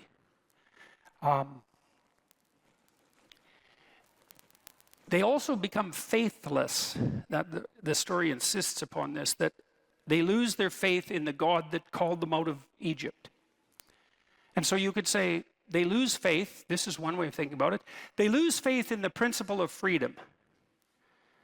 And it's not that surprising, because now they're free. They're in the desert, and so that's kind of rough. And so why wouldn't they continue with their faith in the God that called them to freedom? It says, well, look where you brought us. This isn't so good. And then they start to worship false idols. And that's relevant to tonight's topic of discussion, because we're talking about ideology, right? I said abandon ideology. It's the same idea, false idols. What makes an idol false? The Israelites are thinking, well, God and his desire for freedom brought us to this desert. How about a new God? you know, one that's not so annoying, let's say. And so that's all well and good, and they start worshiping all sorts of different idols, golden calf, for example, and they're having a fine old time of it, fractionating into their multiple groups of belief, worshiping false idols. I should make just a side note about what worship means, because it's a weird word. And I would say, you know, if you hero worship someone, then you want to be like them. And so worship has that fundamental element of mimicry. And so that's tied nicely to this notion that what you believe is what you act out, not what you say is true. And so to worship something is to be compelled by the desire to imitate it. You know, you might say, well, if you're a big fan of a star, someone make a joke near you and say, well, you worship that person. It's like, well, it's not exactly a joke. The grip of that admiration is part of the impetus to imitate. And so then I would say, well, just as what you value most highly is that which you act out, what you worship is that which compels you to imitate. That's what the act of worship means. To imitate and to celebrate. To celebrate is to put at the highest place. To say this is the highest of values. And so now the Israelites are out in the desert and they're worshiping false idols, which means they're putting the wrong thing in the highest place. And then we have the same objection. How do you know that it's the wrong thing? Which is the same question. How do you know when a belief is an ideological belief and when it's valid? Or can you even say such a thing? And how do you know when you're saying it that you're not just falling into the same trap? I'm trying to puzzle that out piece by piece. I want to tell you a side story here, then we'll go back to the narrative. A couple of side stories. On the back of your dollar bill, there's a pyramid. And at the top of the pyramid, there's a cap, and the cap is separated from the pyramid, and there's an eye in the cap. Okay. And then in the Washington Monument, at the top of the Washington Monument, there's a pyramid, and at the top of the pyramid, there's a cap, and it's made out of aluminum. In ancient Egypt, that cap was made out of gold. And the reason it's made out of aluminum in Washington is because aluminum was more expensive than gold when the Washington Monument was made, and they wanted to make the cap of the pyramid, which is the thing at the very top of the pyramid, they wanted to make it out of the most valuable material. Now, why would you want to make what's at the top of the pyramid out of what's most valuable? And the answer to that is something like, the thing that's at the top of the pyramid, since it's at the top, should be the thing that's most valuable. And what's most valuable? Well, gold's valuable. Why? Well, it's like the sun. It's incorruptible. It's a noble metal. It gleams like the sun. It's a symbol of value. And so the notion there is that the thing that's at the very pinnacle of the pyramid should be the thing that's most valuable. And then we're back to the question. How do you know that something is valuable compared to something else? Okay, so put that aside, back to the Exodus story. So the Israelites are worshiping all these false idols, and God's getting upset about this. And he sends a bunch of poisonous snakes in amongst the Israelites to bite them. And which seems kind of heavy-handed, you might say, because the poor Israelites, they're thinking, tyranny, desert, snakes, you know, enough. And fair enough, you know, I have all sorts of sympathy for their position, because out of the tyranny into the desert, that's no joke. And then to add snakes to that seems like too much. But doesn't matter, because you'll find yourself in your life at times when you've gone out of the tyranny into the desert and you're suffering plenty, and then the snakes come and you're suffering even more. And well, the Israelites get together and they go to Moses. They get together and they think, okay, enough snakes. We'll repent. They go to Moses and they say, look, we get it. can you have a chat with God? Get him to call off the snakes. And so Moses says, I'll see what I can do. And he goes and has a chat with God, and he says, you know, you're stiff-necked people. It's a reference to the Pharaoh. Repent. Do you think you could do something about the snakes? And God has a perfect opportunity there to just get rid of the snakes since he brought them. But that isn't what happens, and that's extremely strange, at least. Now, I'm not going to claim that what I am going to tell you that I think it means is what it means, because who knows these things. But I think we could all agree that at the very least, that's very strange. The whole story is strange, but that's strange. Moses goes to God. He says you could call off the snakes, and God doesn't. He says something almost incomprehensible. Instead, he says, you should take Moses already has a staff. It's the staff of Moses, and he's done all sorts of magic tricks with it before, like turning it into a snake and having it turn back into a staff. And I won't get into that. That's a very interesting idea in and of itself. But God tells Moses' staff is also the staff of God. It's the thing that Moses relies on. It's, in some sense, it's the thing he can lean on. And so the staff is something you can lean on. And when you're walking, of course, the staff helps you stand and walk. And so it's a support. It's something reliable.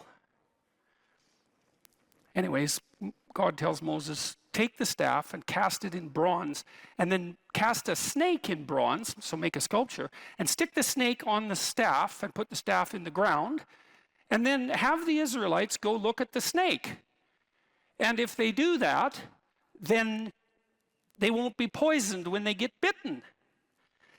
And you think, what the hell is going on with that story? It's like, it's so peculiar. You know, this is one of those situations with the story you think there's either something deep going on here, or it's completely, I don't know what your conclusion can be. It's incomprehensibly strange, but that's the story. And so anyways, the Israelites go and they look at the snake, and then they're not poisoned anymore.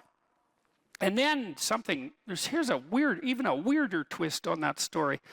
So many thousands of years later, Christ says, according to the Gospels, that he has to be lifted up like the snake Moses hung on the staff in the desert, which takes a story that's already unbelievably peculiar and makes it way more peculiar. Because you think, well, why in the world would someone who is reputed to be the savior of humanity, regardless of whether or not you believe that, why would he associate himself with a snake? And then, especially given, the reputation of the snake, and more particularly, why associate himself with the particular snake that Moses used because God told him to in the desert? It's another one of those situations where there's either something going on here that's extremely mysterious, or what is it? What is it? Is it a kind of insanity? It's not obvious at all what to do with that story. But here's what you do with it if you're a clinical psychologist, or if you're me and you're a clinical psychologist. One of the things we have learned is that we've learned a couple of things as clinicians, let's say. Here's one: honest speech cures people. Right? So Freud, in some sense, was the first person to really formulate that clinically. He said, come to my practice, and you can lay on this couch, and you just say whatever comes into your mind with zero censorship. And the consequence of that will be your thoughts will weave a pathway to your problems, which will then reveal themselves in a manner that, in principle, allows you to, for Freud, express the emotion associated with the problem and be cured as a consequence. Now, I don't think Freud had that right, because it's not the expression of the emotion that's curative, but it is the case that clinicians have agreed that untrammeled speech, so that would be free speech, except in the clinical setting, is in fact curative. And you kind of know that, right? Because you have people around you, perhaps, that you can tell the truth to, and vice versa.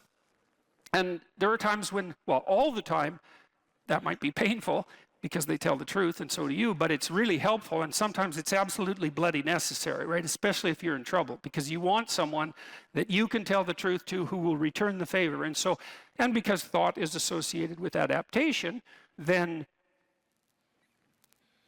true thought is going to be associated with redemption. So the truth sets you free in that regard.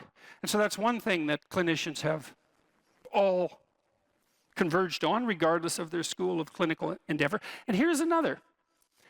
If you voluntarily confront what you're afraid of, you get braver. And so the behavior therapists, the Freudians figured this out a bit, because they would have you revisit trauma that occurred earlier in your life. And that's a pretty common therapeutic technique. We should talk about those things that still plague you emotionally. I don't think we should talk about them so that you get to express the associated emotion.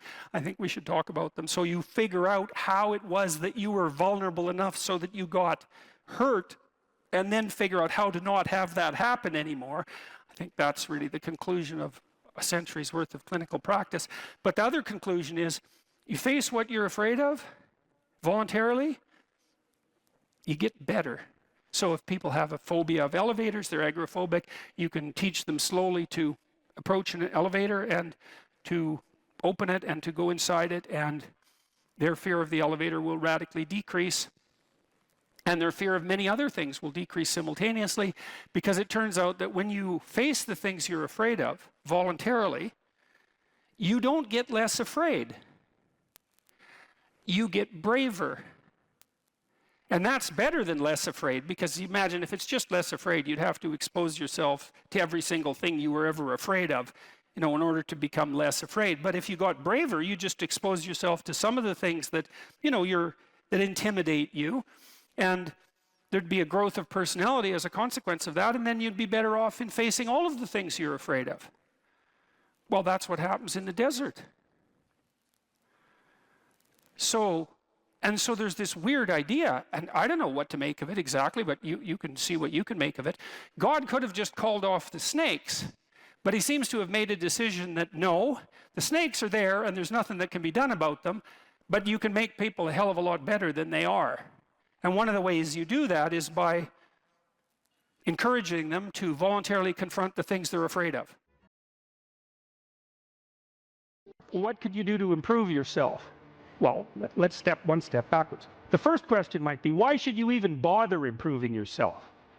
And I think the answer to that is something like, so you don't suffer any more stupidly than you have to. Accept responsibility for the catastrophe of your life.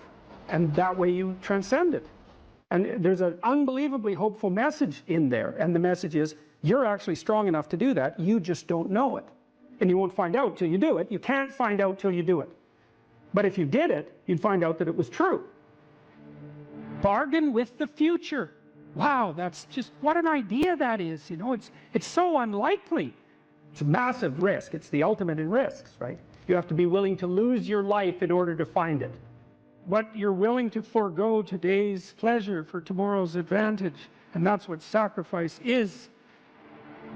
And I would say, start where you can start. If something announces itself to you as in need of repair, that you could repair, then, hey, fix it.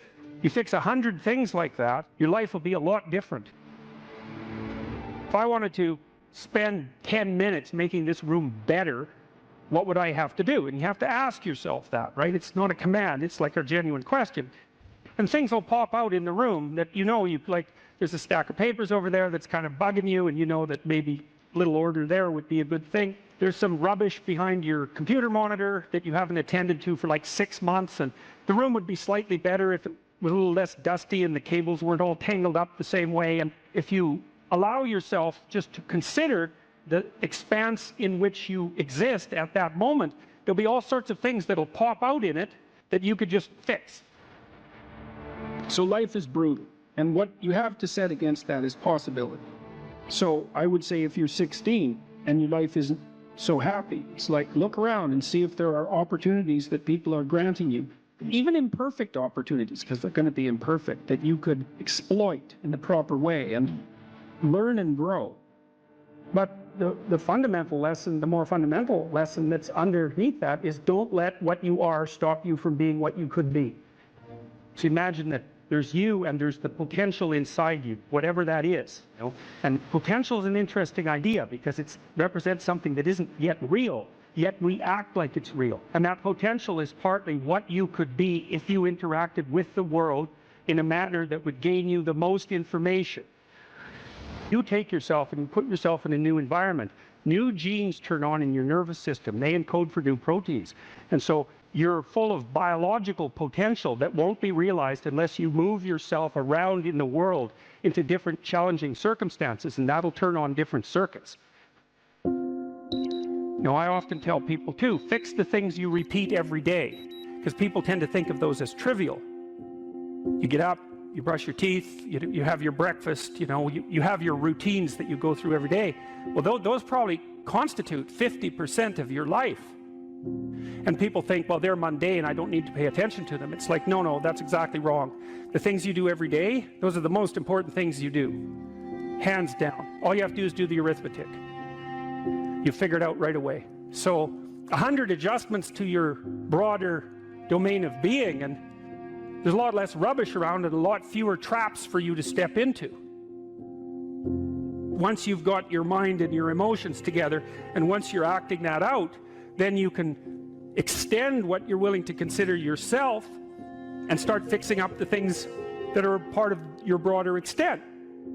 While you're experiencing things announce themselves as in need of repair, doesn't mean that it's you right then and there that should repair them. You have to have some humility. You don't walk up to a helicopter that isn't working and just start tinkering away with it. You have to stay within your domain of competence. But most of the time, if people look at their lives, it's a very interesting thing to do. I like the idea of the room, because you can do that at the drop of a hat. You know, go back to where you live and sit down and think, okay, I'm going to make this place better for half an hour. What should I do? And you have to ask, and things will just pop up like mad. And it's partly because your mind is a very strange thing. As soon as you give it a name, a genuine aim, it'll reconfigure the world in keeping with that aim. That's actually how you see to begin with. And so if you set it a task, especially, you have to be genuine about it, which is why you have to bring your thoughts and emotions together, and then you have to get them in your body so you're acting consistently. You have to be genuine about the aim, but once you aim, the world will reconfigure itself around that aim, which is very strange. And it's technically true. And so I think that you can, in fact, decide to take on the load that's optimally meaningful if you want, and then you get to have your cake and eat it too. You're on the pathway to continual incremental improvement. You only have to burn off a feather at a time instead of having the whole bloody thing burst into flames. It's a constant source of renewal. And there's an idea that to be renewed, you have to drink the water of life. That's an old mythological idea. Chaos is water. Water is chaos. Water is what washes away too much order. And to stay continually refreshed by the water of life is to take on exactly the right amount of chaos to make sure that your garden is properly nourished. And I think meaning is actually the marker of that. You don't choose your interests, they choose you. And that's really worth thinking about too, man, because, you know, it's really hard to get interested in something you're not interested in, even if you know there's a good reason for it. You know, you're studying for an exam, you find the material boring, anything will be more interesting than the study. Even though you know that that's what you need to do, you can't voluntarily grab yourself by the scruff of the neck, let's say, and shake yourself and say, sit down and concentrate. Your mind will just go everywhere. But then if you're interested in something, and even if it's something you shouldn't be interested in, because that happens all the time, then it's like you're a laser focused, man. You can pay attention forever. You can work until you're exhausted. You won't even notice it, and you remember everything. It's like, okay, if you can't control your interest, what does? Your interest was being manipulated behind the scenes by unseen forces that were associated with your characterological development across time. That was the manifestation of the self. So the self is this, the potential you, let's say. And the way it operates in the present is by gripping your interest and directing it somewhere. And that's part of the instinct of self-realization. It's a mind-boggling idea, man. Really is. The potential that you are has to manifest itself somehow in the here and now. It has to.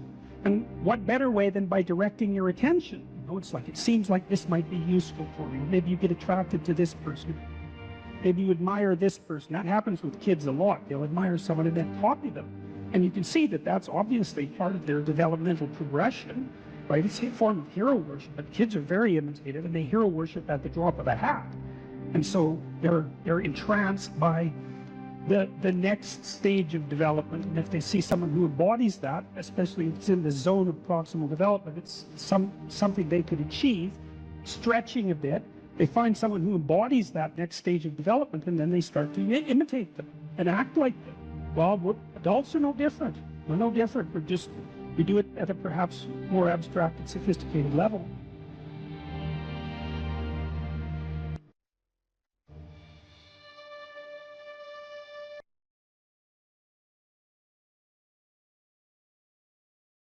One of the things that you can, I think this heightens the meaning in your life, is to try to do difficult things, right? Aim high.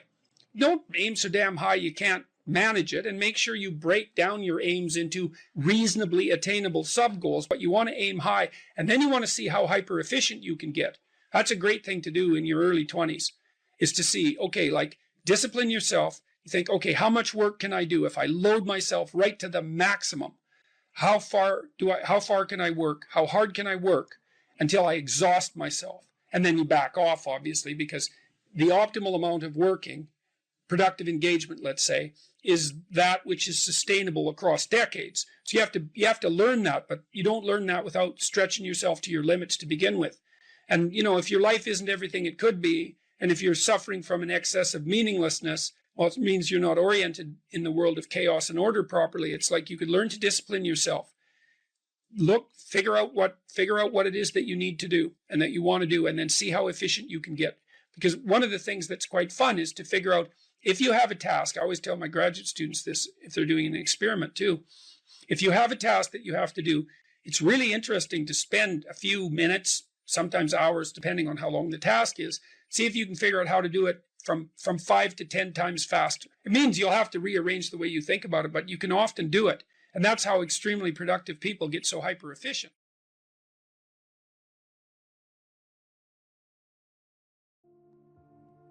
We've met some of your fans, and we got the impression they were all male fans, the ones that we talked to, and that they were struggling with their manhood, and that you give them this message that it's okay to be a man. It's not okay. It's necessary. What the hell are we going to do without men?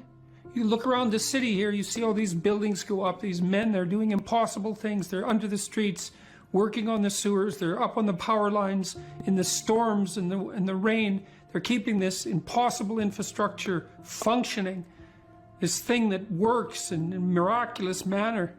They work themselves to death, and often literally. And the gratitude for that is sorely lacking, especially among the people who should be most grateful. You see university professors, especially of the social justice bent, who are among the most protected and privileged people that the world has ever produced. They take everything they have for granted, failing to understand entirely that there's a massive infrastructure of unbelievably hardworking, solidly laboring, working class men breaking themselves in half on a regular basis, making sure that everything that always breaks works. And so a little gratitude for that is in order. And it's very useful to tell everyone, not just men, that they have an important role to play, a necessary role, and that if they act properly and honestly and forthrightly, that they can put their lives together and they can help their families and they can make their communities better, and that's not toxic masculinity. That appalling phrase. It's what keeps the world going round. If we had any sense, we'd understand that instead of doing everything at every possible moment to label what we have in the West as oppressive and patriarchal and fundamentally predicated on power of all the insane propositions. My audiences are often composed mostly of men between, say, 20 and 35. Not exactly young, but young enough. And they're desperate for a discussion about responsibility and fair play and noble being and working properly in the world, and the idea, and to hear the idea that their lives actually matter, that if they straighten themselves up and fly right, that they'll have a beneficial effect on themselves and their family and the community, and that the world is starving for that. And for them as individuals, not for them as a group, but for each of them as individuals. So, yeah, it breaks me up. Every time the topic comes up, it breaks me up because it's so damn sad. And we're so stupid. We're alienating young men. We're telling them that they're patriarchal oppressors and denizens of rape culture and you know, tyrants in waiting, and we fail to discriminate between their competence and their tyranny. And it's awful. It's so destructive. It's so unnecessary, and it's so sad. And so whenever I think about it, especially because of all that I've seen of it, it makes me sad, like deeply. It's so sad. So I might say, well, why are you going to university? Or I might say, what are you doing right now? And then the answer would be, well, I'm sitting in class. And then the question would be, well, why are you sitting in class? And the answer to that would be, well, because I want to take this course. And why? Well, it's because I want to get my degree. So why? Well, because I want to be prepared for a career and a productive and high quality life when I get out. Well, why? Well, you can keep saying why pretty much indefinitely, and as you answer, you go farther and farther out in time scales. Now, it's a tricky thing, because one of the things I might tell you, this is a very complex cognitive problem, is, well, where should you stop? So, for example, I could say to you, do you want $100 an hour, or do you want 50,000 years in 75 years? You're going to think, well, I'll probably take the $100 now. Well, how about 200 years? It's like, well, I'm not going to be there. I'll take the $100 now. Well, so obviously thinking out 200 years is not that helpful. Now, you might think, well, no, you should calculate the effects of your actions on the vastest time span possible, and include the largest number of people, if you're really going to equilibrate it. But the problem is you can't do the computations, because you get this thing called combinatorial explosion happening, which is that it's like a chessboard. You make one move, okay, fine, but then you could make 4, and then with each of those you could make 4 more, and then with each of those you could make 4 more, and soon, if you're looking 20 moves ahead, it's like there's so many moves that the other person could possibly make that looking that far ahead is pointless. You can't do the computations. And so we don't know how far you should look into the future. It depends on how stable your environment is. But 1 month seems okay. A year, yeah. 3 to 5 years, that's what I'll have you do when you do the future authoring program. 20 years? Probably not. And the reason for that is the margin of error in your prediction grows so large that your prediction isn't worth anything. And you can really see how that's the case now, because like, what's it going to be like in 20 years? When I was a kid, I used to read science fiction. It was like plausible accounts of the potential future. It's like, now? Who knows? Anything could happen. Anything could happen. You could be 3/4 robot in 20 years. You could have a lifespan of 10,000 years. I mean, we just do not know. We could be living in caves again with everything in ruins. We don't have a clue what's going to happen. So 20-year span, I would say, get friendly with computers. So 20-year span's too long. So, okay, anyways, what I'm pointing out is that you have to calculate what you're doing across multiple spans of time, and in that combination, in combination with many, many people. And that makes things very complex, but that's how you're building the structures that you live within.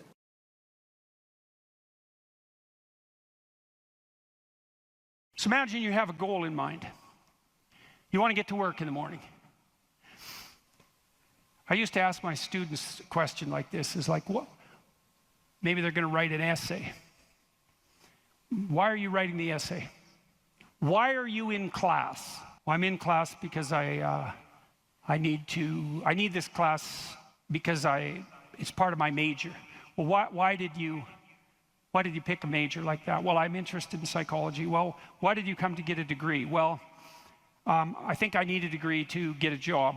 Well, why do you need a job? Well, I need a job to keep body and soul together, and maybe to be productive, and maybe to, establish a name for myself. And why do you want to do that? Well, because, it's part and parcel of living properly. And why do you want to live properly? And well, then, and how would you live if you lived properly? And at that point, people are usually unable to answer, because you can just push people with questions about why until they run out of explanations.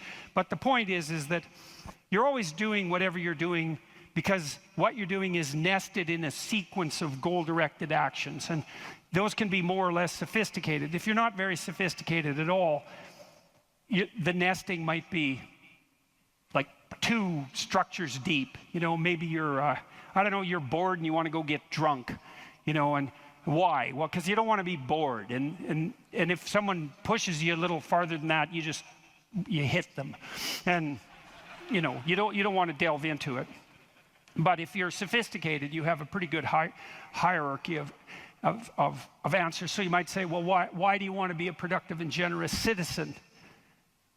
And like I said, people usually bottom out there, but you could say, well, that's part of reciprocal altruism, and if I'm productive and generous, then that'll encourage other people to be productive and generous, and if we're all productive and generous together, then there'll be more for everyone, and we'll all get along better, and we'll get along for a longer period of time, and that'll make us all more stable, and that'll make our societies better. And then you might say, well, why is that relevant? You might say, well, because the alternative to that is something like a descent into something approximating hell, and so that's part of a reflection of the divine order and the eternal battle between good and evil. And then you could push it farther than that, and you could say, well, are you going to be on the side of the redemptive hero, or are you going to be on the side of the eternal adversary? Like, you can keep digging down farther and farther, and the farther down you dig, the more you get down into what you might describe as the implicit religious substrate. And it's very much useful to know that and to make as much of that conscious as possible. So now imagine that you've come to this talk tonight because you've decided to aim up. And maybe you haven't formulated that precisely explicitly, but something is driving you in this direction. And then you come to the talk and you find out that I'm talking about something that isn't what you expected, and it doesn't seem to be moving you along on your pathway forward to that end. And what's going to happen is you're going to be disappointed. And you might be anxious too. You're going to be disappointed because disappointment signals that you're experiencing something that's not relevant to the goal that you are attempting to pursue, and that might in fact be interfering with it. That's what negative emotion does.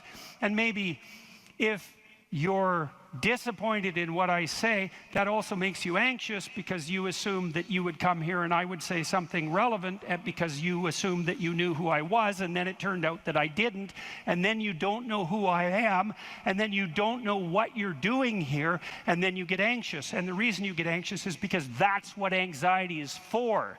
It tells you when the pathway to your goal has been disrupted, so multiple pathways have now emerged. So imagine you're driving your car to work and it quits. And what happens is you get anxious. And the reason you get anxious is because, well, you were beetling along quite nicely in your world, and everything was reduced to like a unidimensional simplicity. You weren't in a car as an object, you were in a thing that took you to where you wanted to go, and it was just doing what it was supposed to be doing, tracking you along the pathway to your goal.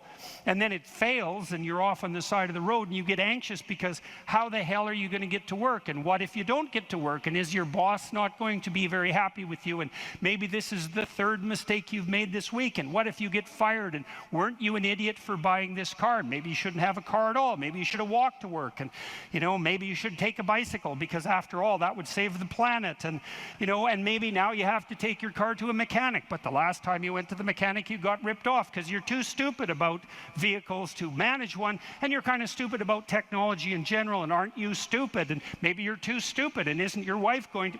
That's anxiety, right? And that's the emergence of a multiplicity of pathways, right? And so what anxiety signifies is the degeneration of an attentional hierarchy into multiplicity. And the reason you get anxious and it feels bad is because now your body can't compute how much energy you have to put out in order to get to your goal. And so you can't organize the world. You're apt to use more resources than you'll replenish. And if you continue to do that, then you'll die. And so anxiety is a signal that complexity has reemerged, chaos. That's the eternal dragon of chaos. Chaos has reemerged because your narrative has collapsed. And so that's negative emotion. That's what negative emotion signifies, is that it's the collapse of an organizing narrative.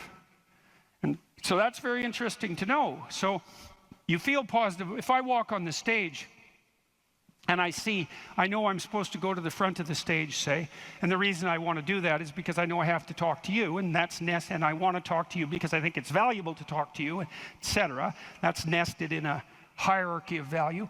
And if I see a clear pathway to the front of the stage, then that actually produces positive emotion. And that positive emotion impels me forward, because positive emotion does impel you forward. That's what it's for. That's how positive emotion is linked to action. So if you're enthusiastic because you can see a pathway forward to a valued goal, and that enthusiasm manifests itself. This is true even neurochemically. It manifests itself as positive motivation to move forward. And not only that, if you're moving forward and it's working, your brain tracks the fact that it's working, and then that's linked to dopamine release, by the way, which is what cocaine releases.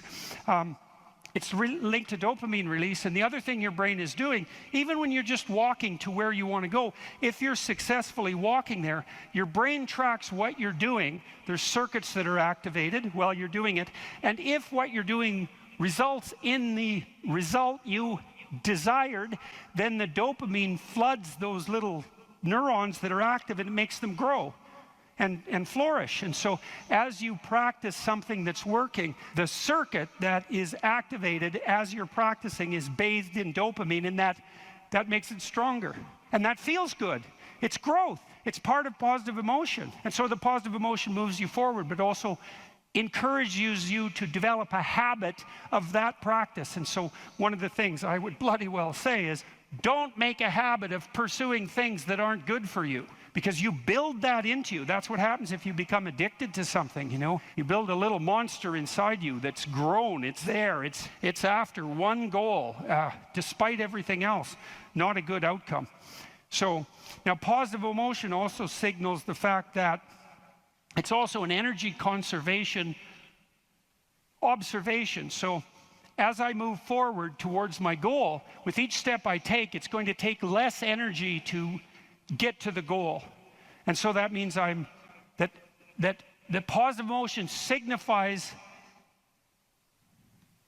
what would you say? It signifies the increasing efficiency of your action as you move towards a goal. So negative emotion signifies the fact that things have got too complex for you to manage, and positive emotion signifies that you're approaching your goal and becoming, and that there's less demand on energy output with every step forward. And so that's emotion. And that's pretty much worth knowing. And then what happens when you're watching a movie is you infer the goal of the protagonist, or the villain for that matter. You infer the goal of the character that's being portrayed on the screen. You adopt that goal as your own. Then you play out the emotions in your own body, which mimics the structure what would you call the character that's being portrayed on the screen, and you live that all out inside you. And that's also how you understand other people, right? You don't listen to someone and then figure out what they're saying and then infer what they're thinking. That isn't how it works. What you do is you listen to someone till you figure out what they're up to. As soon as you figure out what they're up to, you can adopt that frame of reference. As soon as you adopt that frame of reference, you have the same emotions. And that's what makes you united. And so that's so interesting. And so then you think, look, there's 5,000 people in here. If there were 5,000 chimpanzees, you guys would be tearing each other into shreds, because no one would be able to know what anyone else was up to. But because all of you are here paying attention to the same thing in the same way, you have virtually identical emotional states, and that means instantly your behavior is rendered predictable to one another. And there's no difference between that and peace. They're the same thing. And so what that means is that one of the predicates of a civil, productive, and peaceful society is that everyone inhabits the same narrative. And you might say, well, we don't need the same narrative. It's like, yes, we do, because if we inhabit a different narrative, then we're running emotionally in different directions, and we will not understand each other, and we will run into conflict, and that conflict can become deadly at the drop of a hat. And so it's a precondition for a civil society that everyone is united in the same narrative. And then that begs the question, right? What is the narrative insofar as we're unified? And another question, which is, what should the narrative be? Right? Now, the postmodernists figured out that we looked at the world through a story, but they said their mantra is they became skeptical of meta-narratives, which are uniting narratives. And that's all well and good to be skeptical about meta-narratives, but you run into the problem of internal disunion, because if you don't have a uniting narrative, then you're divided against yourself, and you run into the problem of social disunity, because if we're not looking at the same thing for the same reason, then we can't get along. And those are big problems. Now, the way the postmodernists glided over that immense cataclysmic problem was to offer the proposition that the narrative that unites us is just one of power and oppression, right? And that the fundamental motivation that guides, first of all, even your internal organization, your own internal tyranny, you're oppressing your id or your natural self. And then if you establish a relationship with someone like a marriage, well, that's just a manifestation of patriarchal oppression. And if you organize a business relationship, it's a relationship of mutual exploitation, and so far and so on, all the way up the political hierarchy, all the way back into the past. A more dismal view of human existence couldn't possibly be formulated. And I always think about it as a kind of implicit confession. It's like, so you think the world's all run by power, do you?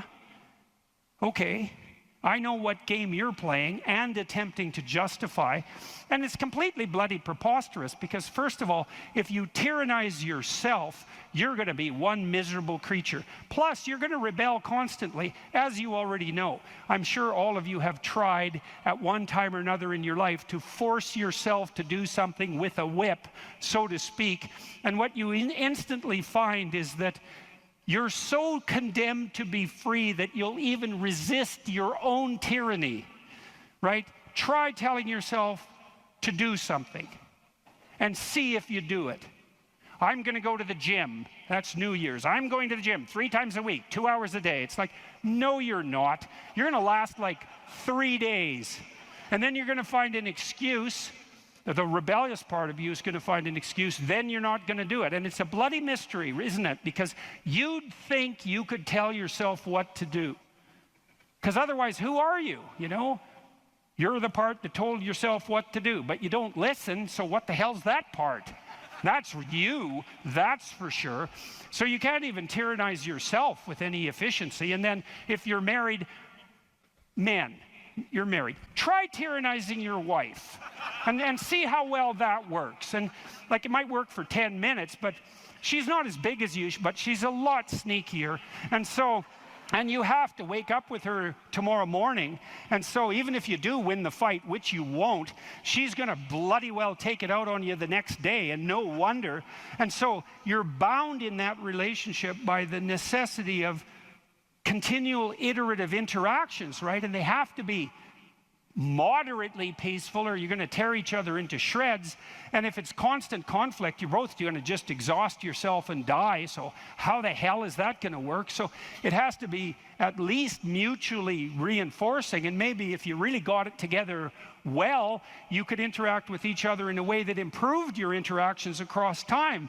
And maybe you're wise enough so that if you were on that track, the way you would experience that in the moment would be as exactly the kind of relationship you'd want to have with someone. And that would be something like the spirit of play and romantic love. And that would be the manifestation of an instinct that orients you across time properly in a relationship in the moment. And that's such a wonderful thing to know, right? That instinct for play and romantic love might be the voice of the wisest instinct you have, the deepest orientation to meaning that you have. You know, because there's nothing more delightful in a marriage or in a family, if you have children, than to be able to engage in something like voluntary play. And you know, if you could have the world set up the way you would want it to, if you had any sense, wouldn't it be something if mostly what you did was something akin to play? And that's equivalent. Christ in the gospel says, know that unless you become like a little child, you'll never enter the kingdom of heaven. And what does that mean? It means to rediscover that intense immersion in life and that capacity for play that characterized us all as children that we can't maintain because we have to mature, but that we could rediscover as adults if we were sufficiently wise and careful. And so, and then, you know, if you have friends, it's like, well, you tyrannize your friends? Well, then you don't have friends. You're just a bully with henchmen. And as soon as you stumble, they're going to stab you in the back because you surrounded yourself with craven psychopaths. And they're just going to wait for the moment to take you out.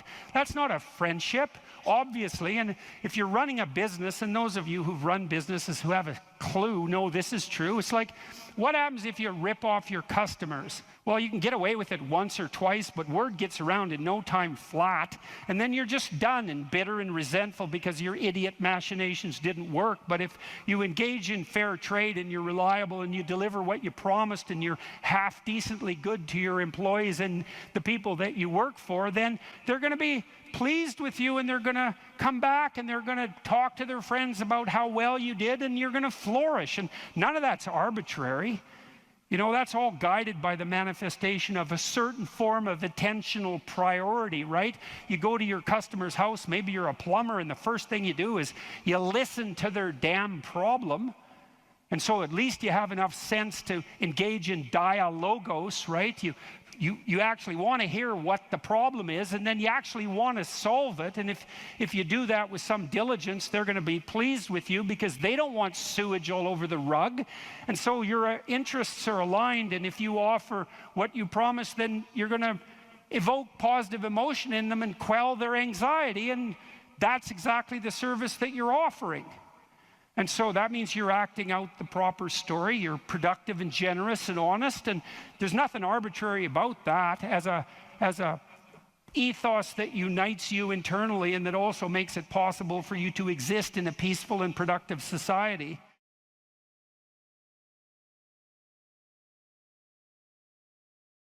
What steps should someone take to start developing delayed gratification when they constantly give in to instant gratification? Well, okay, imagine, I know the answer to this to some real degree because I had graduate students in particular who I picked because they were very smart and often very creative, but sometimes they weren't very conscientious. So they had a hard time delaying gratification. And so, well, I would say, if you would like to discipline yourself, which is a very good idea, you need to pick a direction. Pick a direction you want to go first. Pick a goal you would like to attain. And a medium to long-term goal.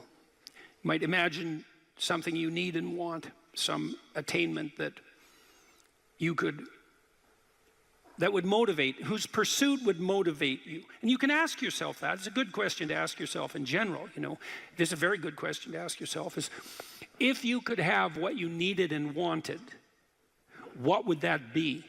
And that's a meditative question. You don't want to force an answer out of yourself. You want to ask yourself that like you would ask someone else. If I could have what I wanted, what would it what would that look like? And you can ask yourself that in a more differentiated way. If I could have the relationship that I needed and wanted, if I could have the friendships, if I could have the job or career, if I could have the educational pathway, if I could adopt civic responsibility in an optimized manner, if I could engage in some creative enterprise, if I took care of myself properly, if I regulated my susceptibility to temptations, what would that look like if it was optimized? And then that sets you up a goal that has some motivational force. This is worth doing. And then you might find, well, you don't do it anyways. And then I would say, well, that's because you're biting off more than you can chew. The next goal is to take your goal and to fragment it into micro goals until you find a micro goal that's small enough that it still presents some challenge that you will do. And so I've become, one of the things I'm known for, I suppose, is my advice to people to clean up their rooms. And the people who think I'm their enemy laugh about that rule because of its simplicity, let's say. But the only reason they think it's simple is because they've never tried it. It's actually extremely difficult. And it was very frequently the case that, well, it's very difficult to put your room, your office, your bedroom in order. I mean, you think about your bedroom, hypothetically, let's say you're married, you share that room with someone else. Is your bedroom in order? Really? And I don't just mean, is it neat? Maybe it's too neat. Maybe it's too orderly. Maybe it's too sterile. Maybe it's too bare. Maybe that characterizes your whole bloody relationship. Maybe, really? And maybe that is genuinely reflected in the state of your room, because it's very probable that that room is a microcosm of your marriage. It's highly probable. And so what that would mean is to organize that room would require the organization of your marital life, not least because if you want to put that room in order, you're going to have to negotiate with your wife about how that's going to be done. And while you're making that negotiation, even in relationship to the micro details, you're going to encounter almost everything that's wrong with your relationship. And so, you might ask yourself when you walk into your bedroom, I hate this bedroom. It's like, you should really think that through. And then you need to think through what you would need to do so that you love that room, or even more complexly, so that you both loved it, because that's a tough thing to attain, boy, because you're going to have differences in taste, you're going to have differences in orderliness. There's all sorts of things that you're going to have to negotiate in order to make that room you both inhabit jointly desirable. Anyways, you set yourself a goal, ask yourself what goal you want to set, and then break the goal down into steps that are small enough so that even someone as pathetic as you could manage them. And that requires a tremendous humility. I know it was frequently the case, for example, with my clients, that I would do an analysis of their situation in life, and let's say, just for the sake of argument, that someone was 30, living at home, in the bedroom they grew up in high school, in a complete bloody state of disorder, both moral and practical. And one of the relatively simple steps that we might agree upon with regards to moving forward is, the person might think, well, I'm 30, I'm really immature, I haven't taken any responsibility for my life, my mother still makes my bed and cleans up after me. It's like, well, why don't you just start with that? Because you're not going to just fix your life. Why don't you just try to clean up your room like you're a mature 14-year-old instead of a dreadfully dismal 30-year-old. And so, first of all, it's really hard for someone, even if they're desperate, to admit that that's necessary, right? Because it's so bloody humiliating. I mean, really, I'm so damn useless that my basic goal is going to be to clean up my bedroom. It's like, well, looks like it. And actually, it's worse than that, because then you ask the person, you negotiate with the person, they say, well, I'll try to clean up my room. Then they come back the next week and they say, I had one client, this was so funny, he's going to vacuum his rug. That was his goal for the week. He just had a child out of wedlock, and he was afraid that he was going to be a very bad father, which was a very realistic fear. And so he wanted to put himself together, you know, and so that's why he came to see me. And he lived in this squalor, and one thing we decided to do was that he could vacuum the rug, which he hadn't done for like 12 years because his mother would do it. And so it was so funny, it's so unbelievably comical. He went and got the vacuum, a stand-up vacuum, an upright vacuum, and he brought it into his room, but he didn't bring it all the way in. He put it in the doorway, leaning like this across the doorway. And then instead of vacuuming his room, he stepped over that bloody vacuum cleaner for a whole week and then came and told me that he couldn't do it. It's like, it's not surprising to me at all, because you think, well, that's such a trivial thing. It's like, if it was such a trivial thing, he'd have a clean room. It's not trivial at all. That chaos in his immediate environment was deeply emblematic of the chaos of his life. They were the same thing. And so for him to even begin the process of bringing order to chaos, which is a divine process, by the way, and the highest moral requirement, he had to be willing to face the catastrophe, the chaotic catastrophe of his life. And he hadn't done that for like 30 years. Why was he going to start that week? Just because he said he was going to? It's like, good luck. So what you do as a therapist in that situation is you just make the task smaller until you find a task so small, but still moving forward, that the person will do. So I might have said, I don't remember the particulars of the situation. I might have said, well, do you think you can get that vacuum cleaner? Do you think you could move it out of the doorway into your room? That's all you have to do this week. Do you think you can do that? And I'd say that and offer that without being contemptuous. Like, you have to be very careful about such things. And I know that this is more complicated than it looks. And I also know that the first step taken towards the domination of chaos and its transformation into order is a cardinal and difficult step. And so you can make it small, and that's fine, it'll still work. So I might say, well, just move the vacuum cleaner inside your room. And then I would also say to someone in that situation, don't do more than that. If the agreement that you've made with me and with yourself is that that's enough, abide by the contract that you've written with yourself, and allow yourself to be grateful for the fact that you had the courage to take even a single step forward. And don't push your bloody luck, because maybe you'll have a brief fit and vacuum the whole rug, and then you'll be so annoyed at how you've destabilized your entire life that you'll redouble your attempts to make a mess, and the place will be more like hell than ever for 2 months. It's very probable that that sort of thing will occur if you break the contract you've set with yourself. The upside of this is, because you think, oh my God, that's so dismal, I have to start that low. It's like, yeah, probably, especially if it's a real difficult thing you're trying to sort out. You have to start as low as you are useless, and that's low. So, but the upside is that progress accelerates. It's not linear, and so if you take once you take the first step, the probability that you'll take a slightly larger second step increases, and that increases non-linearly. And so once you get the ball rolling, so to speak, once you start pushing the rock uphill, you can do it faster and faster. And so even if you have to start in a very humiliating manner, that doesn't mean that's where you'll end. One of the things that Tammy and I learned to do, and this was a consequence of me being trained as a behavior therapist, is, you know, we'll just take an example that maybe I was trying to learn how to compliment her when she dressed nicely. And maybe the fact that I wasn't good at that was manifest in the fact that she'd put some effort into her dress, and then I wouldn't respond in the appropriate manner, and that would dishearten her. And I don't particularly remember that exactly happening, but it'll be a perfectly reasonable example.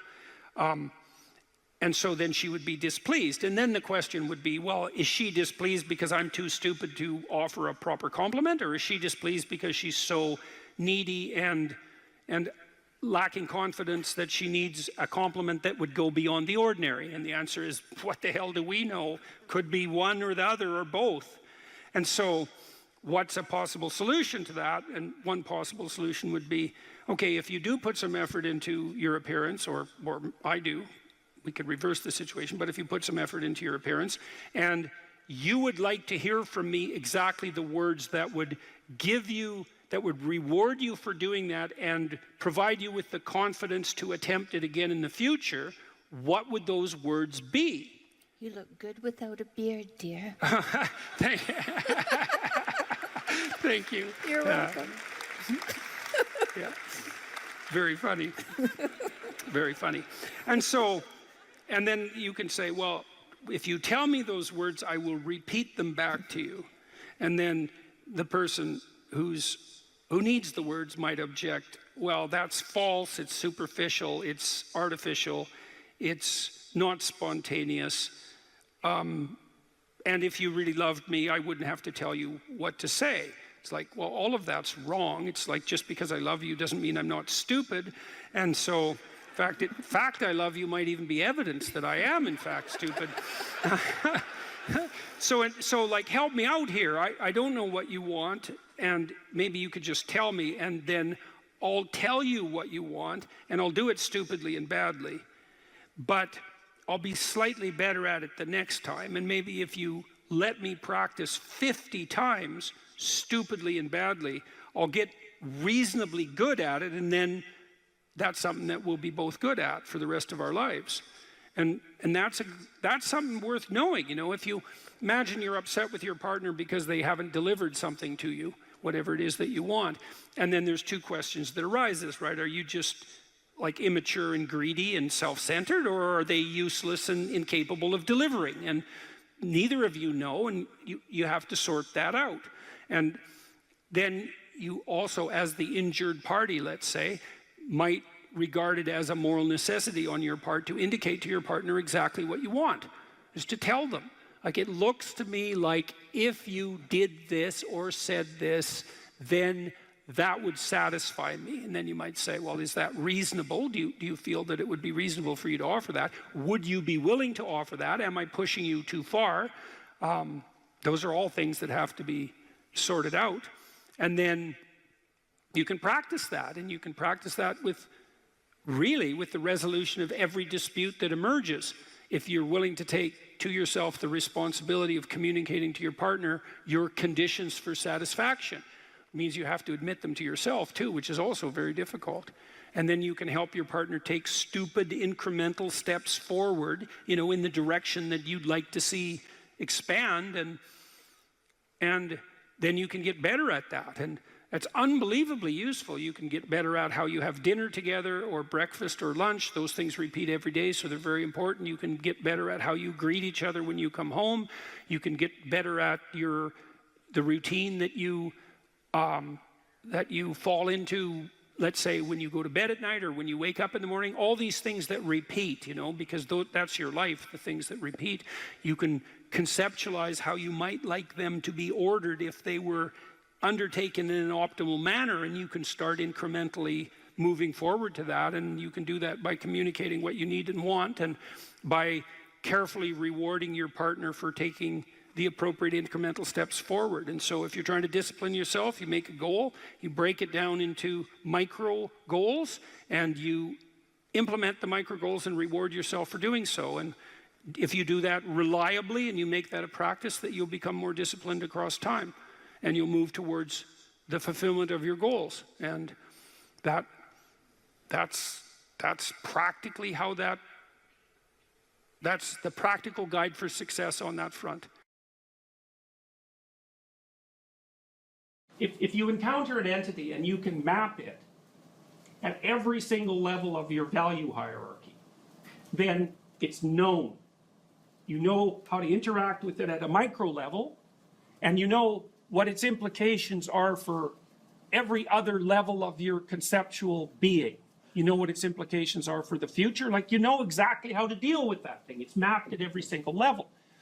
There's other things that are only mapped at one level and not at others. So maybe, you know, you like the mouse, we'll say, for the child who's never seen a mouse, it's like, it shares some commonalities with objects that the child is familiar with.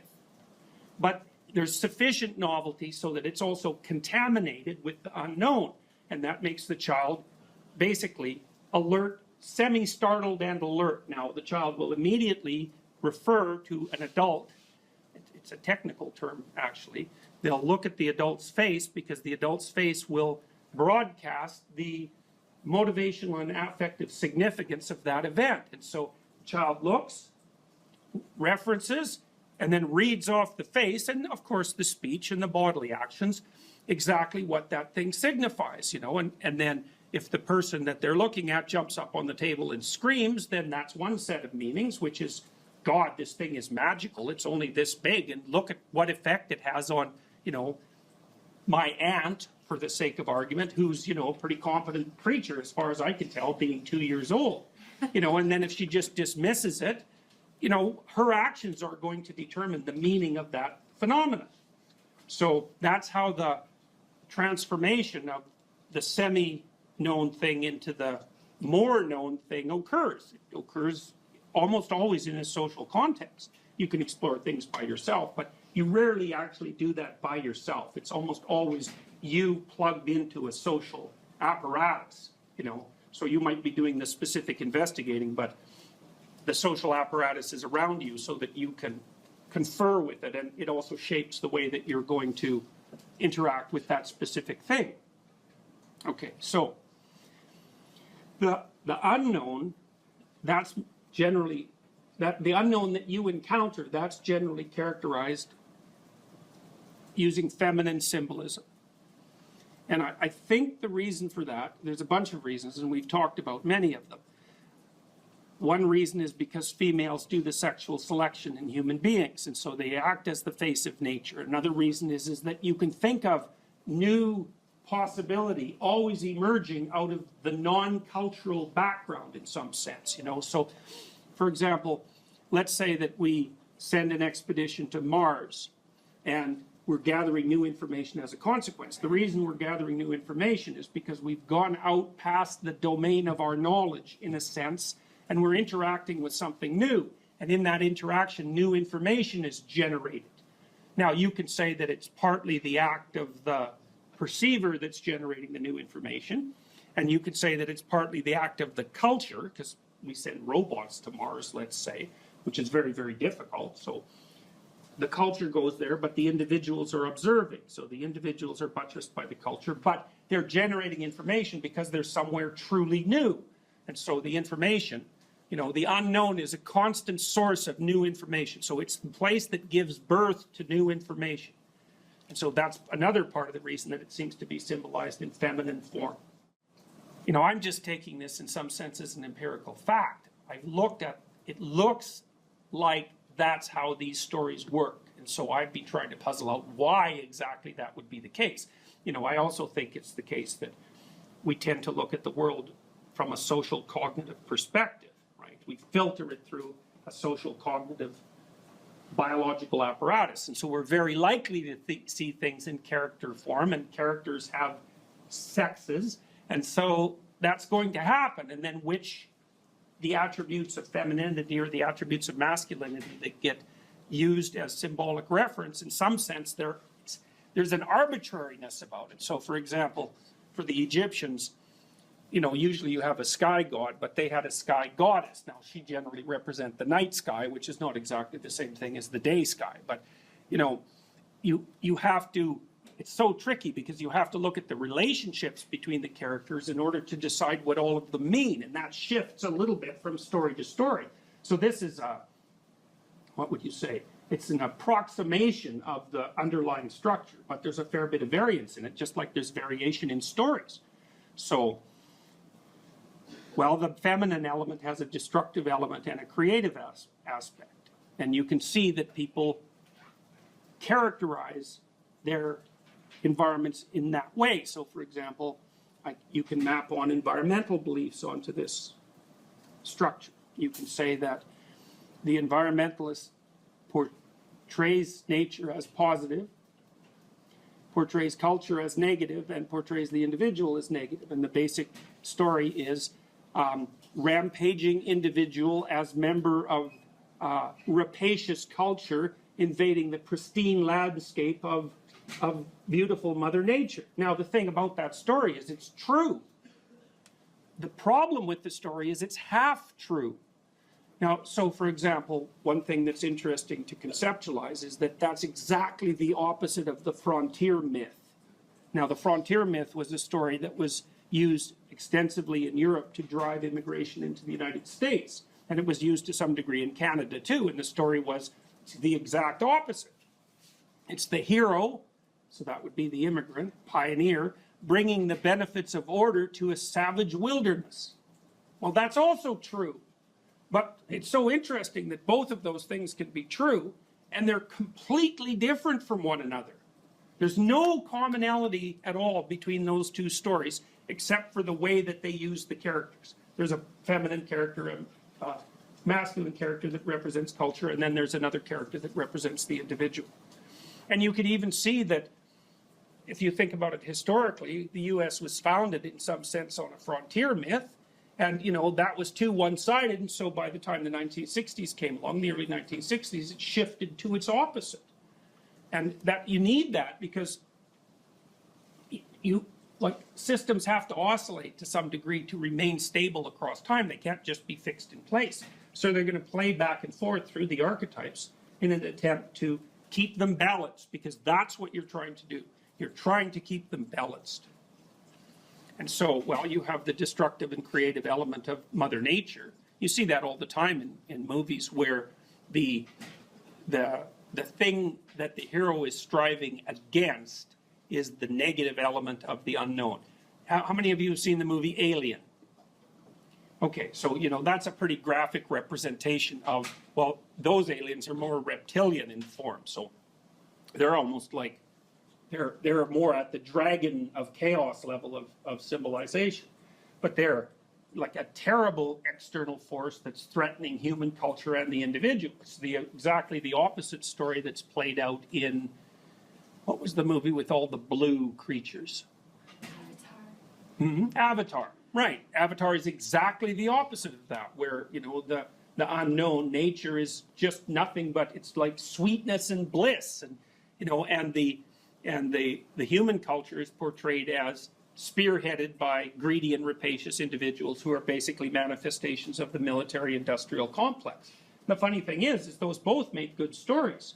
And that's because, well, it's because they have enough archetypal truth so that there's many situations that they're relevant to. Sometimes Mother Nature is your best friend, and sometimes it's your worst enemy. And so you could go down to the jungles of Peru, and you could talk to the people who live there, and you could find out what they know about medicinal plants in the jungle, and you could bring home things to cure disease. Or you could just go down there and get lost in the jungle, and then you're dead.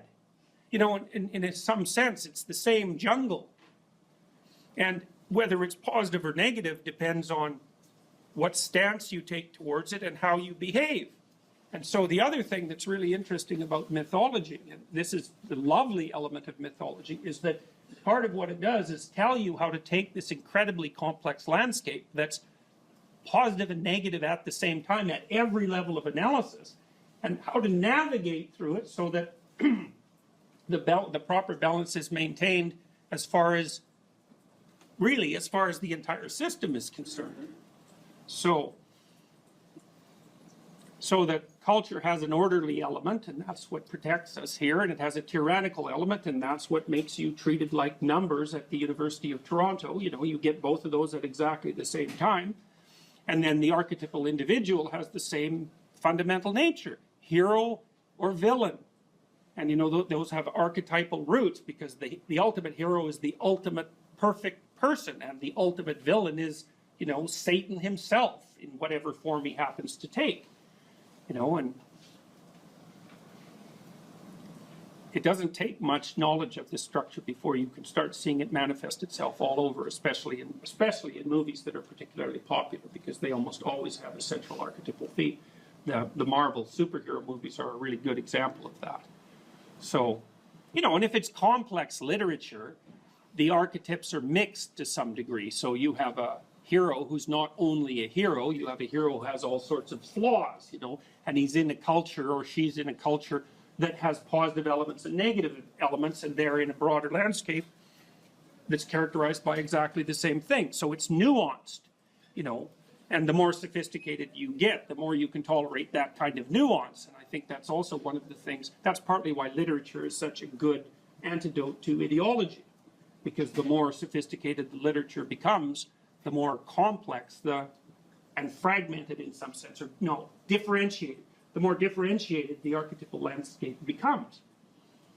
So when someone tells you a story, whatever the story happens to be, one of the things you can do when you know this substructure is you can say, okay, yeah, but where are the missing pieces? Where are they going? Because if they're not included, then they're generally projected onto something. You know, because they're there, you can't get away from them. They're there. How does the person account for them? You know, so.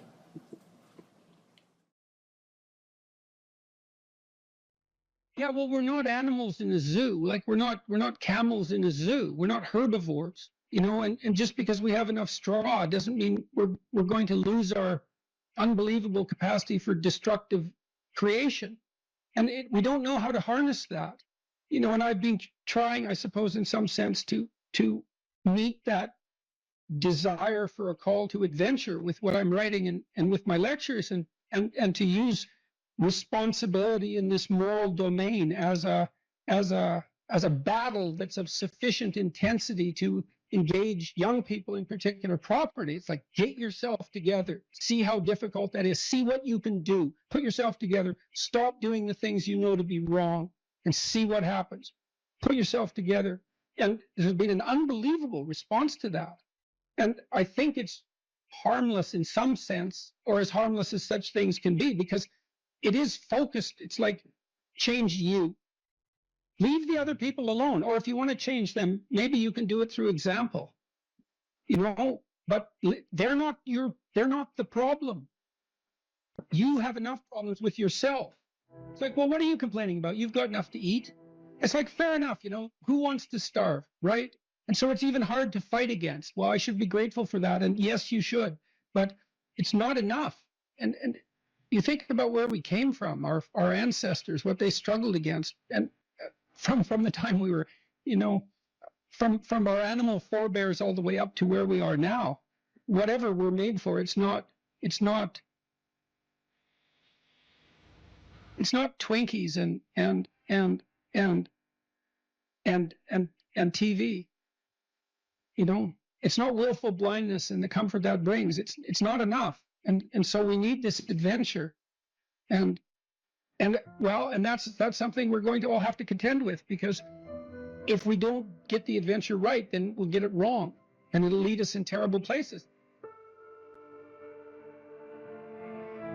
One of the things I've said that people have repeated many times, and that it's in memes, and you can buy it on, you know, merchandise items and that sort of thing. A good man is a very dangerous man who has himself under control. And no one ever says that. So you say to young men, look, like, your job is to be as dangerous as you possibly can be in every possible direction, and to control that, right? Not to be harmless and slothful and contemptible even in your own eyes. And that way you get the power of the shadow. You don't have to dispense with the anger and the aggression. You can integrate it. And that's way better. I mean, I had a remarkable conversation with Jocko Willink. I felt that it was remarkable. It was very engrossing. And Willink, he's unlike me in many ways. I mean, he's a physical specimen of sort of unparalleled proportions to begin with. He's about 2 feet thick, you know, and he's this military guy, highly disciplined, and also extraordinarily morally integrated. And he's an admirable person, because the danger is right there under the surface. But he has it rather than it having him. And we're uncomfortable with the idea that that's the proper route for socialization. We try to teach our children that only, you know, cooperative games are acceptable. And they know in their hearts that that's a complete bloody lie.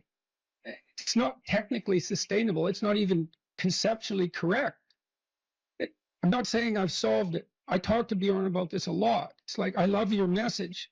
Wouldn't it be wonderful to eradicate absolute poverty? And he does this great job technically of rank ordering global concerns, doing a cost-benefit analysis that's methodologically rigorous, and saying, look, we can devote money here. We'll get a 20-to-1 return, mostly in child nutrition, as it turns out.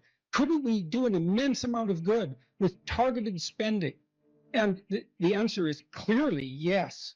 We could eradicate child poverty in the next 15 years. We probably will. We could do great things, but we don't know how to sell it. And that's a huge problem. I've never had more of a response from a crowd than when I draw a relationship between responsibility and meaning. Without fail, that brings the crowd to silence. And it's because that connection hasn't been made explicit sufficiently, I would say, is that we find meaning in responsibility. And there is a messianic call that's embedded in this. And you can translate that into get yourself together, see what you could become. And, you know, much of Beyond Order is exactly that. It's push your limits, move beyond yourself, discipline yourself, but move beyond that discipline. Don't let that order constrain who you could be, because it's not a high enough order yet. And I would say it looks like that is attractive to young people, and perhaps specifically to young men, but not only to young men, not only to the young. So, well, that's a problem that we have to address is, you know, we are doing a lot of things right, but it's not romantic enough. The clinical experience and my lecturing experience has been unbelievably positive in the main, and the clinical experience was positive because I was always on the side of the part of the person that was oriented towards their own health and improvement. That was part of our contractual pact. I'd often make that explicit. It's like, I'm not here for unconditional positive regard. I'm on the side of the part of you that wants everything to be better, and we're going to discover where that is, and we're going to work to facilitate it. And people loved that, and it was so gratifying to engage in that work. It was constantly positive. I worked with a huge variety of people, from people who had nothing, no gifts, and were just off the edges of the world, to people who were unbelievably talented and gifted, the whole gamut. And that was absolutely wonderful to see that range of people. And the lecturing has been the same way. Like the lecture tour I did was immensely positive, too much positive even. You wouldn't think that would be possible, but it is possible. And I'm very positively oriented towards human beings in the main, despite I think we're great, flawed and terribly, but no wonder. No wonder. I mean, the burden we bear is absolutely, it's absurd. The existentialists made much of that. We have an absurd existence. We're aware of our own mortality. God, and we're animals. We're aware of our own mortality. What a burden. And yet here we are, and much of the time. Assuming you want to get better, there's usually something you can figure out that would constitute a step towards some sort of concrete goal. And my presumption, it's a behavioral presumption fundamentally, is that small accruing gains that repeat are unbelievably powerful. You can tyrannize yourself into doing things, but I wouldn't recommend it. What I would recommend instead is that you ask yourself what you're willing to do. It's a really effective technique. It's like a meditative technique. So for example, you can get up in the morning and you can think, well, you know, I'd like to have a good day today, so I'd like to go to bed tonight without feeling guilty because I, didn't do some things I said I was going to do, and I'd like to have kind of an interesting day. So you got to fulfill my responsibilities, and I want to, enjoy the day. Then you can ask yourself, well, what would I have to do in order for that to happen that I would do? And the probability, if you practice this for 3 or 4 days, is your brain will just tell you. It'll say, well, there's that piece of homework that you haven't done for like 3 weeks. You should knock that sucker off because it would only take you 10 minutes and you've been avoiding it and torturing yourself to death for 72 hours straight. And say, well, let's figure out what your aims are. You got to have some aims, whatever they are. And they might say, well, I'm so depressed I don't have any aims. And then I say, well, pick the least objectionable of the aims and act it out for a while and see what happens. Because sometimes your emotional systems are so fouled up that you have to pretend. You have to act the thing out before you can start to believe it. Life can be meaningful enough to justify its suffering. I thought, God, that's such a good idea. Because it's not optimistic exactly. You know, some people will tell you, well, you can be happy. It's like, those people are idiots. I'm telling you, they're idiots. There's going to be things that come along that flatten you so hard you won't believe it. And you're not happy then. And so if life is to be happy, well, in those situations, what are you doing? Why even live? But life isn't to be happy. If you're happy, you're bloody fortunate, and you should enjoy it. You should, because it's the grace of God, so to speak.